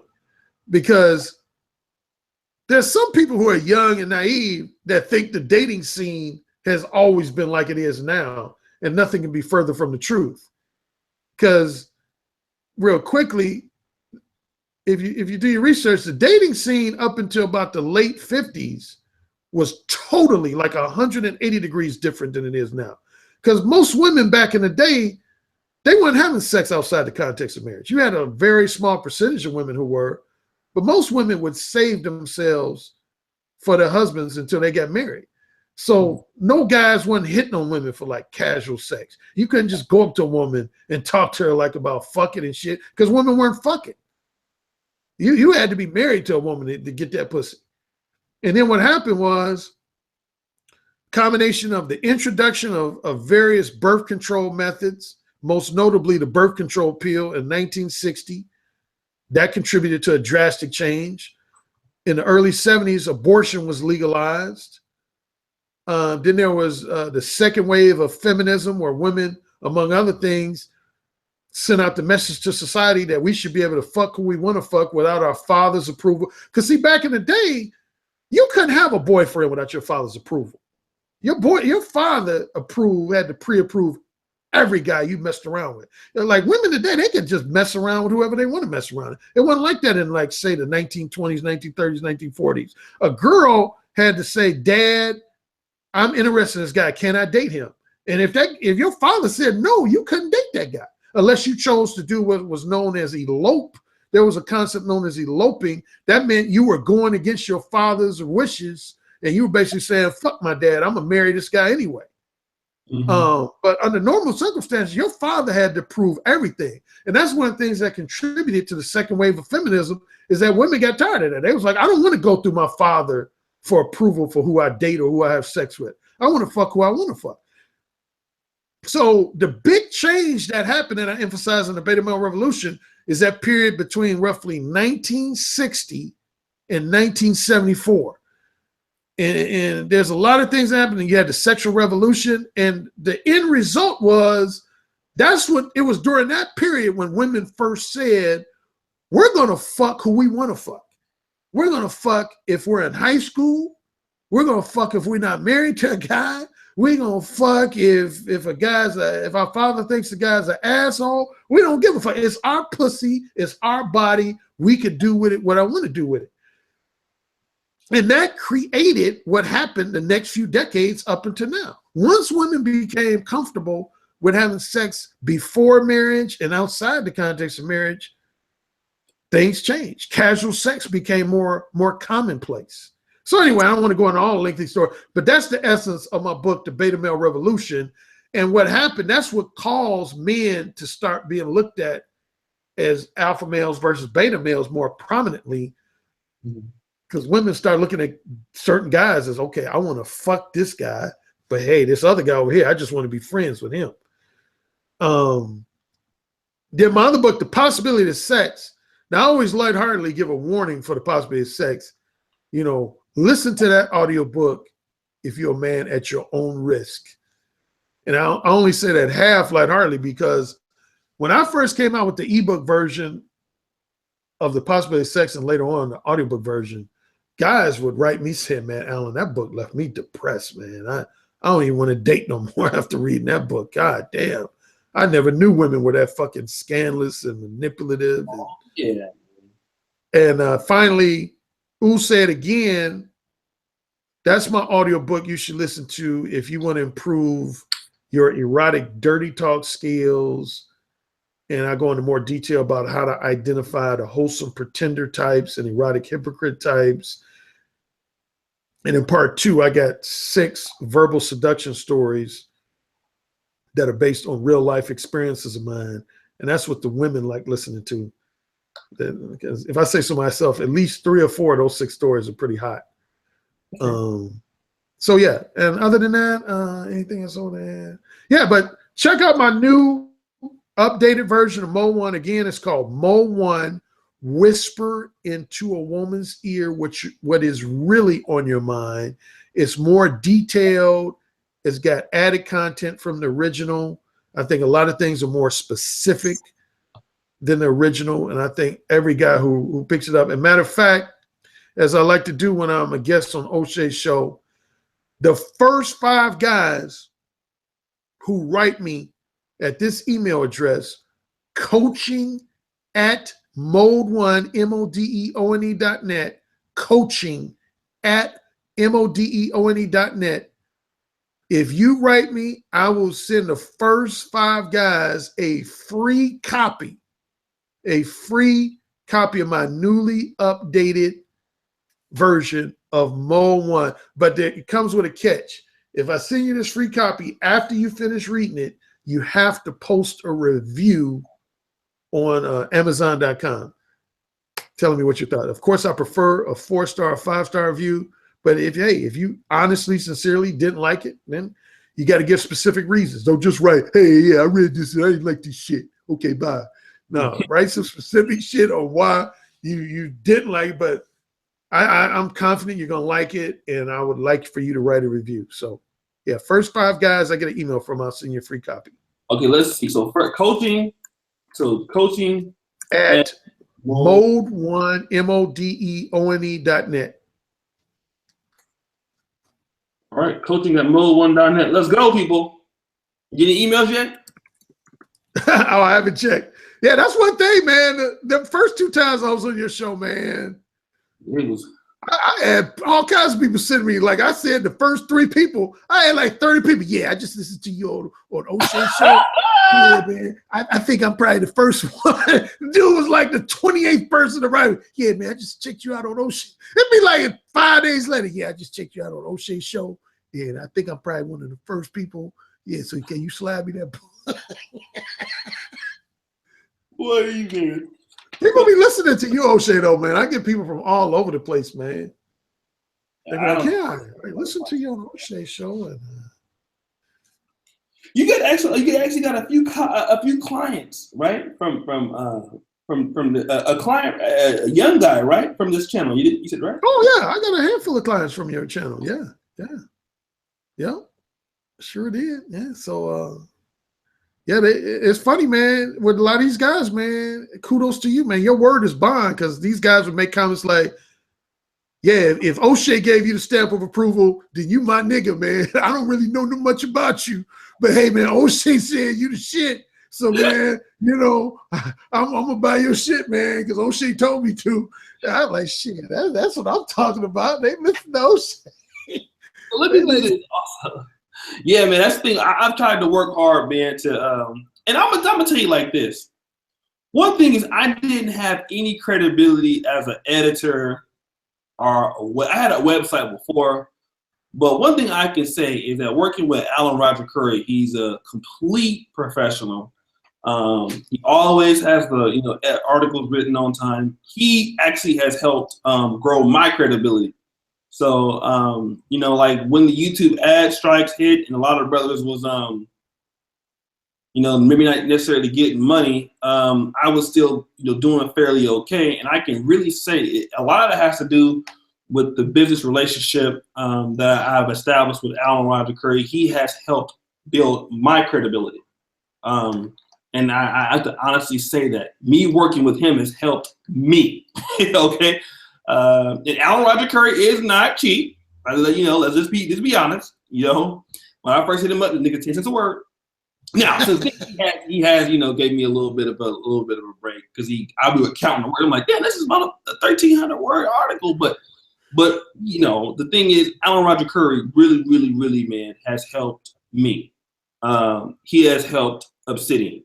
Because Alan Roger Currie has went out there and put himself up against every other relationship author or dating coach and writer, and has prevailed in many sources of the word. So when I was able to take my YouTube audience and use what little clout I had on YouTube and combine it with his writing and his audience he already had, oh man, it has really helped me out a lot, man. So I really just want to thank you for you even agreeing to it. Because I mean, you didn't know me from Adam. I could have been another like, oh, this nigga ain't gonna pay me, but I thank you for giving, me the opportunity to work with you. Let me also do this, brothers, for you who are in the chat. Okay, you can get the description of the Mode One Whispers. Whisper Woman's really want whisper in her ear, that ebook. You can go in the chat right here, brothers, and you can get the book here, okay? So if you want to do that, definitely go into the actual chat here, go to the description, order the book. I'm going to be promoting this book throughout the week. I know Obsidian's been doing it. And I believe if you buy the book, if I'm not mistaken, ages 18 to 35, you get a free email consultation, right? Is that what it is? Yep. Okay. So if you're a young guy, buy the book. How much is the book ebook? I want to misquote the price. It's $9.99. So $10. Okay, $10. You buy the book, and if you need a consultation, listen. This is a good book, great book. They're not going to teach you this in the regular mail media. Okay, get the book, get the consultation. It's free with the book. Okay. Also, Alan Roger Currie has a Patreon. I'm also a page. Your Patreon is what is patreon.com? What is it? /mode1. Okay. Patreon.com/mode1. MODEONE. Okay. So, he's on Patreon. He has about 16 Patreons, which is really good for just kind of starting out. He has his own private videos on there. I'm subscribed to him. So you can go to patreon.com/mode1. All right, and we'll be pushing Alan Roger Currie's products throughout the week, and helping him get out there as we, typically, do when he needs me to do it. Is there anything else you want to say, Alan? Or? No, I can't think of anything. Again, man, I appreciate those kudos you gave me. Yeah, man. I just got to quickly add, man. It was funny, man. I remember when I first connected with you because Obsidian was the one who connected us, and then like a couple weeks after he connected us, you and him fell out. And I was like, oh shit, what the fuck, man? How Obsidian gonna introduce me to somebody, and then they gonna fall out and shit? But I'm glad y'all cool again. Now I gotta tell you, listeners, a quick story. And since I already told Obsidian this directly over the phone, he ain't gonna be offended when I say this. But man, when I was on your show the last time, man, I almost snapped off on Obsidian, man. Even though Obsidian, I consider that my dog, man. I love him to death. But see, y'all hadn't told me. I mean, he told me later that y'all had prearranged to have him come on and ask me questions. But he just told me right before that last interview, he just said, I'm gonna join y'all. So I'm thinking he's gonna be like in the background. Me too. And when he started asking all the questions, if people look at the video, they'll see my face for at least a few moments. Dude, I was about to say, Obsidian, what the fuck are you doing, man? This is Oshay's goddamn show. What the fuck are you doing, man? Why you asking me all these goddamn questions, man? Yeah, I wasn't cool. I'm telling you, I wasn't cool with that initially, man. But again, he explained it. Go ahead, I'm sorry. He's asking the questions and answering them at the same time. Yeah, but because right after that, I think, I want to say almost right after that interview was over, I called him. I said, dude, what were you doing, man? What the fuck were you doing? He said, no, man, I worked that out with Oshay, man. I told him ahead of time that I was going to come on as questions. I was like, oh, okay. Because I thought he was disrespecting you, man. So that threw me for a loop, man. But anyway, it's all good. That's how Obsidian is just like, that's what he does. You know, he's that kind of person. He likes to talk. He likes to control conversations and stuff. He don't really mean anything by it. He cut everybody off. That's what he does, you know. The only way you can win a debate with Obsidian is on Skype. That's the only way. If you get Obsidian on Skype, because we had some debates before on Skype, I have tore his ass up. But on the phone, he's not gonna let you talk. You know, you got to get him on Skype. You got to get him on Skype or Twitter or something. But he's a nice guy, man. He really does mean very well. No, he is. He's because he's done one. Well, it's funny. I also have to add it real quick. You know, that's how me and him first connected, though. He actually went after me, man. Yeah, I remember that podcast. And I fired back at him, but then we became cool. But yeah, he did a podcast where he basically said, Alan Roger Currie, his advice ain't for me. He's this pretentious, uppity, middle-class college guy. He don't have nothing for the everyday brother. You know, the guy who's a blue-collar, in the streets type brother. He ain't got no advice for him. And I came back hard on him, man. I was basically like, nigga, you don't know me. You don't know who I associate with and who I'm close friends with. I got all kinds of brothers from various socio-economic classes that I'm cool with. I got cousins that are just straight up street niggas, man. So for somebody to paint me as this snooty, uppity, but then he, to his credit, he actually, after I fired back, he did an apology podcast. He said, I apologize to Alan Roger Currie. He said, I portrayed him wrong. He's not like how I originally thought he was. You know, he's a real motherfucker. And then that's when we became cool. I remember that. But yeah, how did you know that he made a podcast about you? How did you know this?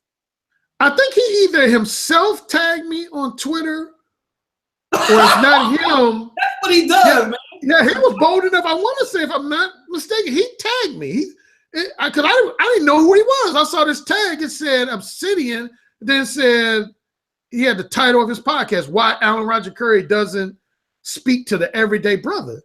So I said, let me listen to this shit. And he was like dogging me out, man. He was basically like, again, he was painting me as this like really kind of snooty, uppity type brother who can't relate to like, you know, street type brothers or brothers who don't have a college degree.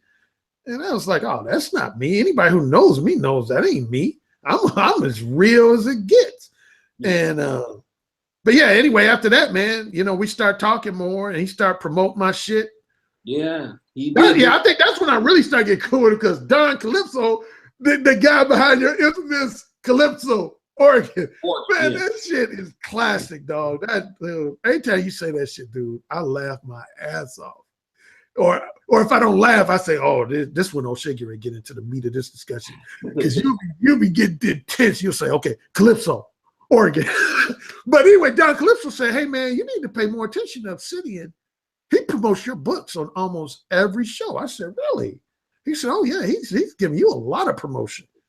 So that's when I really started checking out more and more of his podcasts. And sure enough, I would hear him. He'd say, "Hey, y'all need to check out Alan Roger Currie's Mole 1 book, man. It's a really damn good book. You should buy it." And I wasn't even telling him to do it. He was like doing this on his own. I was like, damn, this is a cool motherfucker, man, to be promoting my books like this. Yeah. So again, that's from that point, we just became, I think the only, other than that initial disagreement, the only disagreements we've had, I didn't like when he fell out with you and Angry Man. And I told him that that made me feel awkward because I liked all three of you guys. Mm-hmm. You know, I liked seeing you young brothers speak your mind and be outspoken, and I hated seeing you fall out. And then probably the last minor one was during that last interview when he was on your show, when he argued with me about the definition of cuckold. And I was like, dude, man, I'm in the BDSM world. You cannot argue with me about the definition of a cuckold. Because if you remember his argument, to refresh real quick, he argued that there's no such thing as a voluntary cuckold, that a cuckold is only a man who's been hoodwinked and tricked into being a cuckold. And when I argued back and said, no, not in the BDSM world. In the BDSM world, there are men who enthusiastically volunteer to be a woman's cuckold. They want to be a woman's cuckold. That's a known fact in the BDSM world. So anyway, but yeah, man, kudos to you, man. Again, I love the way you handle your business, man. You're so versatile as a host. You can get really, really serious and intense about certain topics. And then on the flip side, when people fuck with you from your chat room, you like, oh shit, nigga, I'm about to roast your ass. Why did you start with me? God damn it, I'm a roast your ass. Oh, so, man, I just love you to death, man. Keep doing what you're doing. I love the negromanosphere.com, man. I think it's just an excellent website that's just picking up more and more steam. Oh, yeah. You got some excellent writers on there. And, yeah, man, just happy to be associated with you, and thank you for having me on for the fourth time, man. And let me do this before I go. Speaking of the Negro Manosphere, okay, let me talk to you guys about this and the skill sets that you have outside of YouTube. Now, I had a blog talk radio show before. It was nothing like Alan Roger Currie. It was Planet Oshay Radio. I had a Facebook group called Planet Oshay, and I used to do these ghetto ass radio shows. It's pretty good though. And Planet Oshay. Yeah. Oh, I used to be going in. I don't know if you've ever seen me interview a girl named Jimmy on here. Okay, she comes on here. Her and Angry Man always get into it. But so I had that, and I had a website that was called planetoshaymag.com. It was a hip hop website. And I was blogging on there. Ran out of money. And then right by that time I came to medical school. Anyways, I started listening to Obsidian in June of 2015. As soon as he started, I started listening to him. I used to listen to his podcast every day walking around the track before I was coming to Poland. Well, it was Obsidian's idea to, because he had written in the Voice for Men, he had written for Return of Kings. And he knew all of these people. Like, I mean, I thought he knew you like before, by then, but he got to know you. He knew of Rom. I know you and Rom knew each other, and then he knew Donovan Sharp. So he said, "Why can't we have like a website that is a conglomerate for Black men like the Return of Kings?" Now, mind you, I didn't even think this is how small the fucking world is. I didn't know you can make money off of YouTube. Now, I'm just putting up my Calypso Oregon videos and shit. I'm just talking shit. I'm just doing it because I'm bored. I didn't know that you could make money. Well, anyways, I connected my AdSense account one day, and here I am finding out like, oh shit, I'm making $50 fucking in the fucking day just talking shit. I had no idea. Anyways, I made enough money to get the site, and then it was Obsidian's idea to like, I want to have a site with Alan Roger Currie right every week, Donovan Sharp, Ron Wills. And then I started making some money on YouTube. I said, well, I already had a site before called planetoshaymag.com. I don't want to bring that site back. Let's call it the Negro Manosphere. And that's when, so really Obsidian's idea in my previous blog is what really made it. But I gotta be honest, it was Obsidian's idea. So what you're telling me is you stole Obsidian's idea for the Negro magazine. Oh, yeah, I stole it. Did you see the movie, quick segue, did you see the movie The Founder with Michael Keaton? No. Oh, that's a good movie. On the business front, you should watch that movie. Because in the same way I just teased you for stealing Obsidian's idea, I never knew this. Well, I kind of knew it a little bit before the movie came out, but a lot of people think Ray Kroc was the founder of McDonald's.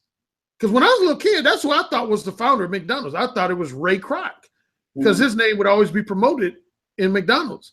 But if you watch the movie The Founder with Michael Keaton, what it was, these two brothers whose last name was McDonald, they lived in Riverside, California, and they started this restaurant.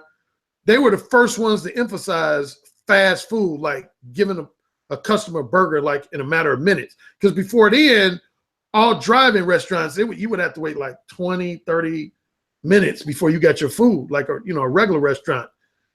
And they came up with this unique idea to pre-cook the burgers so that the customers would get them fast. So anyway, Ray Kroc was this milkshake machine salesman. He drove all the different cities in the country trying to sell this milkshake machine. And the McDonald's brothers contacted him because they wanted to sell milkshakes.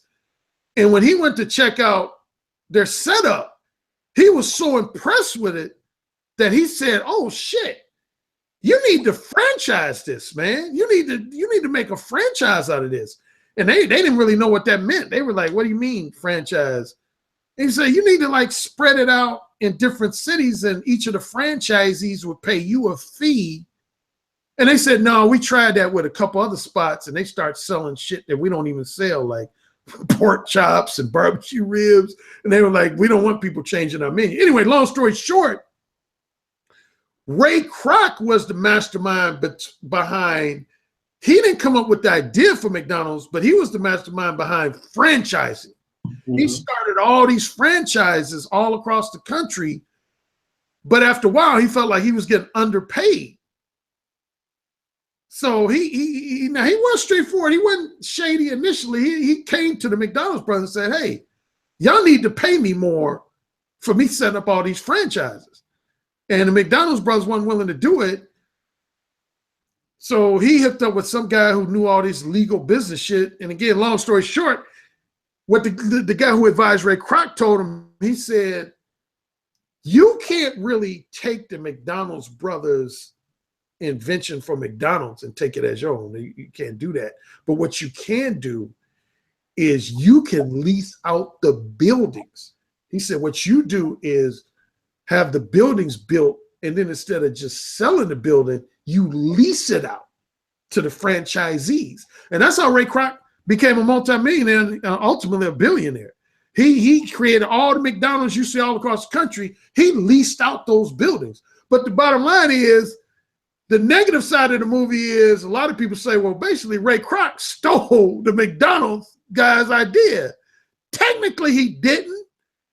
He just he told them how to expand their business. They weren't willing to listen. And but the good thing he did do in his defense, there's a portion of the movie, and I had read this before the movie came out. He asked him, he said, "Hey, I'm making a lot of money off these leased buildings. How much money do you want me to pay you just to take your name?" And at first they were like, "Well, why don't you just change it to another name?" He said, "No, McDonald's has this family feel name. I love it." He said, "So I'll let you write your own check." So each of McDonald's brothers chose to write themselves a check for $3 million. But at the end of the movie, they said if they would have, asked for a higher amount, they would have died multimillionaires. But $3 million, it was a lot for that time, like the 1950s. But Ray Kroc went on to become a fucking billionaire, man. So Ray Kroc, man, he was a character, man. But it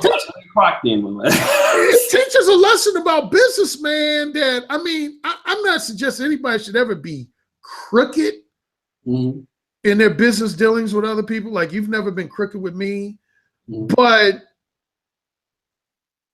you know, again, man, you know, Ray Kroc saw this idea and he saw the McDonald's weren't really capitalized. Like, honestly, man, I've had some dating coaches come to me like that. They're like, Alan, man, I want to take Mode 1 to the next level. I don't feel like you taking it to the highest level. So why don't you sell it to me? Because I like that name, Mode 1. You sell it to me, and then I'm gonna take it to a higher level. And I've always said, hell no, I ain't gonna give away the rights to Mode 1. But I did have at least 2, if not 3 guys that approached me like that. They were like, dude, they were like Ray Kroc to me. Like they would treat me like the McDonald's brothers. Like, Alan, you ain't doing enough with this Mode 1, man. Mm-hmm. This shit should be like international. Like you should have Mode 1 dating coaches all over the world and shit. And they pay you like a fee and shit, but they teach your shit. Look at Oshay here over there. He's like, damn, I'm listening to this shit. And I'm like, you know, I'm an opportunist. Next thing you know, it's gonna be headline. Alan Roger Currie and Oshay's have a falling out because Oshay is franchise Mode 1. Mode 6 Entertainment. But no, let me tell you this. In Obsidian's defense, Obsidian's idea wasn't really his. I mean, Obsidian's idea came from Return of Kings, right? Okay. Because Rouge V had RougeV.com. Yep. Which was a forum site. Yeah. But Return of Kings was a site that featured different writers. Oh, yeah. Now, Obsidian wanted to see something like that for black male media. The problem was who's going to pay these guys, right? Alan Roger Currie damn sure ain't going to write for no damn free. True. Wills ain't going to write for free. And then when it came to the point that nobody wanted to put up the money to do that. So now I had my own site previously where I was me and Alexandru Morus, who's currently my editor of the negromanosphere.com. But he was on my last site. You know, who would pay people, and like I said, nobody wanted to take that risk. So what I did was I listened to Obsidian. The Negro Manosphere is 65% based on Obsidian's idea. It's the truth, which is mostly based on Return of King's idea, because the writers that he introduced me to, I would not have known them. Mm-hmm. But the whole point is that, you know, a lot of times with black male YouTubers, and even if they do have the money, a lot of brothers don't want to put that kind of money up because it's hard to get a lot of money from, you know, YouTube or Patreon and then see that money go out of the door. Like whenever I get money, that money goes out the door quick. Like as soon as I get some money, I pay Alan Roger Currie first. I pay him first. He's the first person that gets paid. Alan Roger Currie and the rest of these niggas. You know what I mean? But the thing is that, you know, it's the site's been up for about 6 or 7 months. You know, this site has really helped with my credibility. And shout out to Obsidian. And then one of the first things that I did once Obsidian me fell out was I paid Obsidian because it is his idea. You know what I mean? So I do pay him, and hopefully, depending if we can get Obsidian, you know, because you know Obsidian's kind of could be a little crazy when it comes to certain things. He may one day replace me as the core editor-in-chief. It's very possible. I don't know if, you know, it's possible depending on how things work out. How can he replace you if you're the editor-in-chief? I don't understand that. You know, he might, well, I may just be the owner, but he would do the day-to-day tasks for me that I do now. Oh, okay. I would still be the one that pays people and stuff like that. But so it's possible. I mean, it is his idea, but nevertheless, we as black men, I think that what we have shown is, number one, black men have money. Number one, black men are willing to pay for this kind of content. And number three, black men enjoy this kind of content. And I think that's our advantage over, or in the long run, like A Voice for Men or Return of Kings, in the long run, it's more advantageous for us because we use YouTube. Like all of us are YouTubers. You're a YouTuber now, Alan Roger Currie, you know, Obsidian's a YouTuber, Angry Man's a YouTuber, I'm a YouTuber. And we not only do you create great articles, we create great shows. That's the dual double-edged sword that the black male media has. I think that most other, you know, like websites, they just do literary, but we can do both. Yeah, well, I want to quickly say this kind of goes back to your question about you were asking about a comparison between Blog Talk Radio and YouTube. Oh, well, number one, I did want to say YouTube, the advantage, if no other advantage than Blog Talk Radio, is that people can see my face and they can see kind of my emotions behind my thoughts and my opinions. But the thing I think is great, and you've acknowledged this, I think, on the Negro Manosphere, Obsidian's talked about it on his show, Angry Man, is that before Blog Talk Radio and later YouTube, man, you didn't hear brothers' opinions on a lot of shit. I mean, sisters, man, they had voices all over in mainstream media, but you didn't have too many brothers, man, particularly as it relates to dating male-female relationships. You didn't hear from that many brothers, man. And like me, man, I used to get pissed, man. I see all these I don't want to make it racial, man, but like I would see like Evan Mark Katz on the Today Show and other white dating coaches. And I'd be like, ain't nobody invite me on no fucking morning television. I did get invited on one on Fox, this show called, it got canceled, it's called The Morning Show with Mike and Juliet. But they didn't ask me no questions about my book.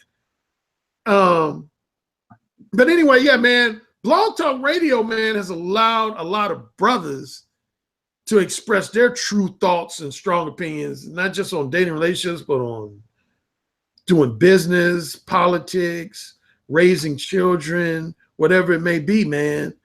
And YouTube is just taking it to a whole nother level. And that's why you had some sisters trying to shut us down because we're spitting out truth that people ain't ready for and that people don't want to hear, man. But the truth is the truth, man. And that's what I try to understand, make my followers understand. A lot of people have this idea that the truth is supposed to be pleasant to your ears, and that's not what the truth is. The truth is the truth.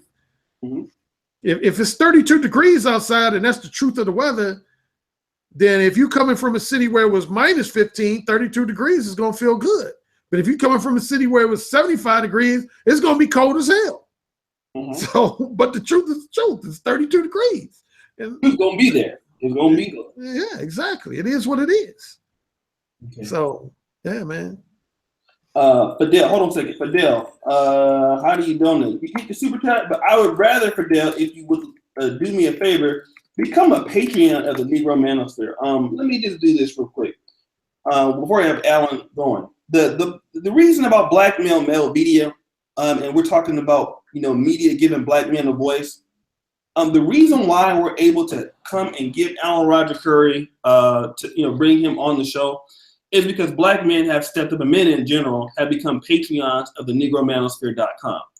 And the purpose of being a Patreon at $5 a month is you pay Alan Roger Currie's weekly Monday column salary for him to write. You pay for Obsidian, you pay for Ron Wills.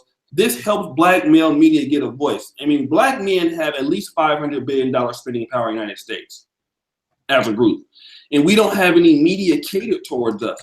So people like Alan Roger Currie, people like Ron Wills, as black men, you support your own voices in the media by supporting media that supports you. And so we talk about shit that you want to talk about, right? So I encourage everybody, if you're not a Patreon, go ahead and sign up for it. It's $5 a month. I have private content on there. Hopefully what I can do, people like Alan Roger Currie, we can do like a private shows on the Patreon for those subscribers. And we'll be doing that very soon. So, hey, brothers, support a good cause. You guys hear it. I use the money very well to support this. So what up, Sammy Sosa the Cat? So continue to support us on Patreon. So once again, patreon.com/Negro Manosphere. And like I said, you pledging that helps black male media, helps us grow, it helps us get our voice out there. All right, Alan, I'm not gonna hold you too much longer. I really appreciate you. Did you get the little thing I sent you? Yeah, man, I appreciate that, man. Let me tell your listeners, man, O'Shea's the coolest motherfucker, man. He always gives me an honorarium, man, when I come over here. And to remind you guys what that is, for some of you who may not know, if somebody invites you like for a public speaking engagement or something like that, and they didn't hire you like as a paid speaker, say they invited you to speak for free, what a lot of organizations will do is they will give you an honorarium, which is not the same as a speaker's fee, but it's just kind of like a token of their appreciation for you speaking to their group that they invited you to speak to. And every time Oshay has had me on the show, man, he sends me a little something as an honorarium, man, for being a guest. And I think that's super fucking cool, man. Because I've never had anybody, man, when they invite me on Blog Talk Radio or YouTube, send me an honorarium, man. So yeah, man, you on top of your business, man. That's why I deal with you, man. That's why I love writing for your site, man. I love getting that thing that says PayPal, you have money. You know what I mean? One thing with me, I'm gonna make sure you get your money. That's what I believe. The brothers, they have invested in me. First of all, a lot of people don't know. I gotta tell you a story all the time. I put up $10,000 of my own money that I made from YouTube into the Negro Manosphere. I put that money up myself. And then once the site was doing well, had been up for a certain amount of months, that's when I put up the Patreon, once I knew that I had proven myself. So once again, I thank all of you. What up, Voltron 512? I got your messages. So thank you guys. Thank you again, Alan Roger Currie, for what you do. We'll be looking out for your article on Monday. And everybody enjoyed you, man, and your voices. So we'll be looking forward to you. I know Angry Man. Shout out to the Angry Man. He has a show coming out in about 20 minutes, 30 minutes. So he has a live stream getting ready to start. So I'm gonna make sure we get closed out because he has a live stream that started. He was nice enough to let us go ahead and do the show and then start his once he thought I was finished. So shout out to him. We both do that now. If he's going live, I'll make sure I'll take my show down or start after his. So that's how we do. Cool. That's real cool, man. Matter of fact, do you and Angry Man, do y'all ever get any motherfucking sleep, man? Because I've seen y'all both just like 24/7. I get these little notifications. Oshay is live doing podcast. Then 3 hours later, it'll be like, Oshay is live again doing another show. Then it says Angry Man is live doing. I'm like, these brothers never sleep, man.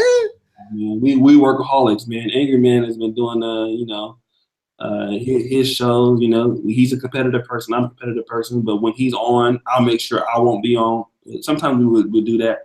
If I see he's on, I will wait until his show is over and then I'll go on. So he's doing the same thing for me. So that's how we work together like that. So if I see Angry Man is on, I'll wait. And then that's real cool, man. That's real cool. That's super cool. All right. Yeah. So once again, thank you again, Alan, man. I appreciate you. And I'll be talking to you soon. All right, brother. Peace. Enjoy your weekend. All right. Thank you.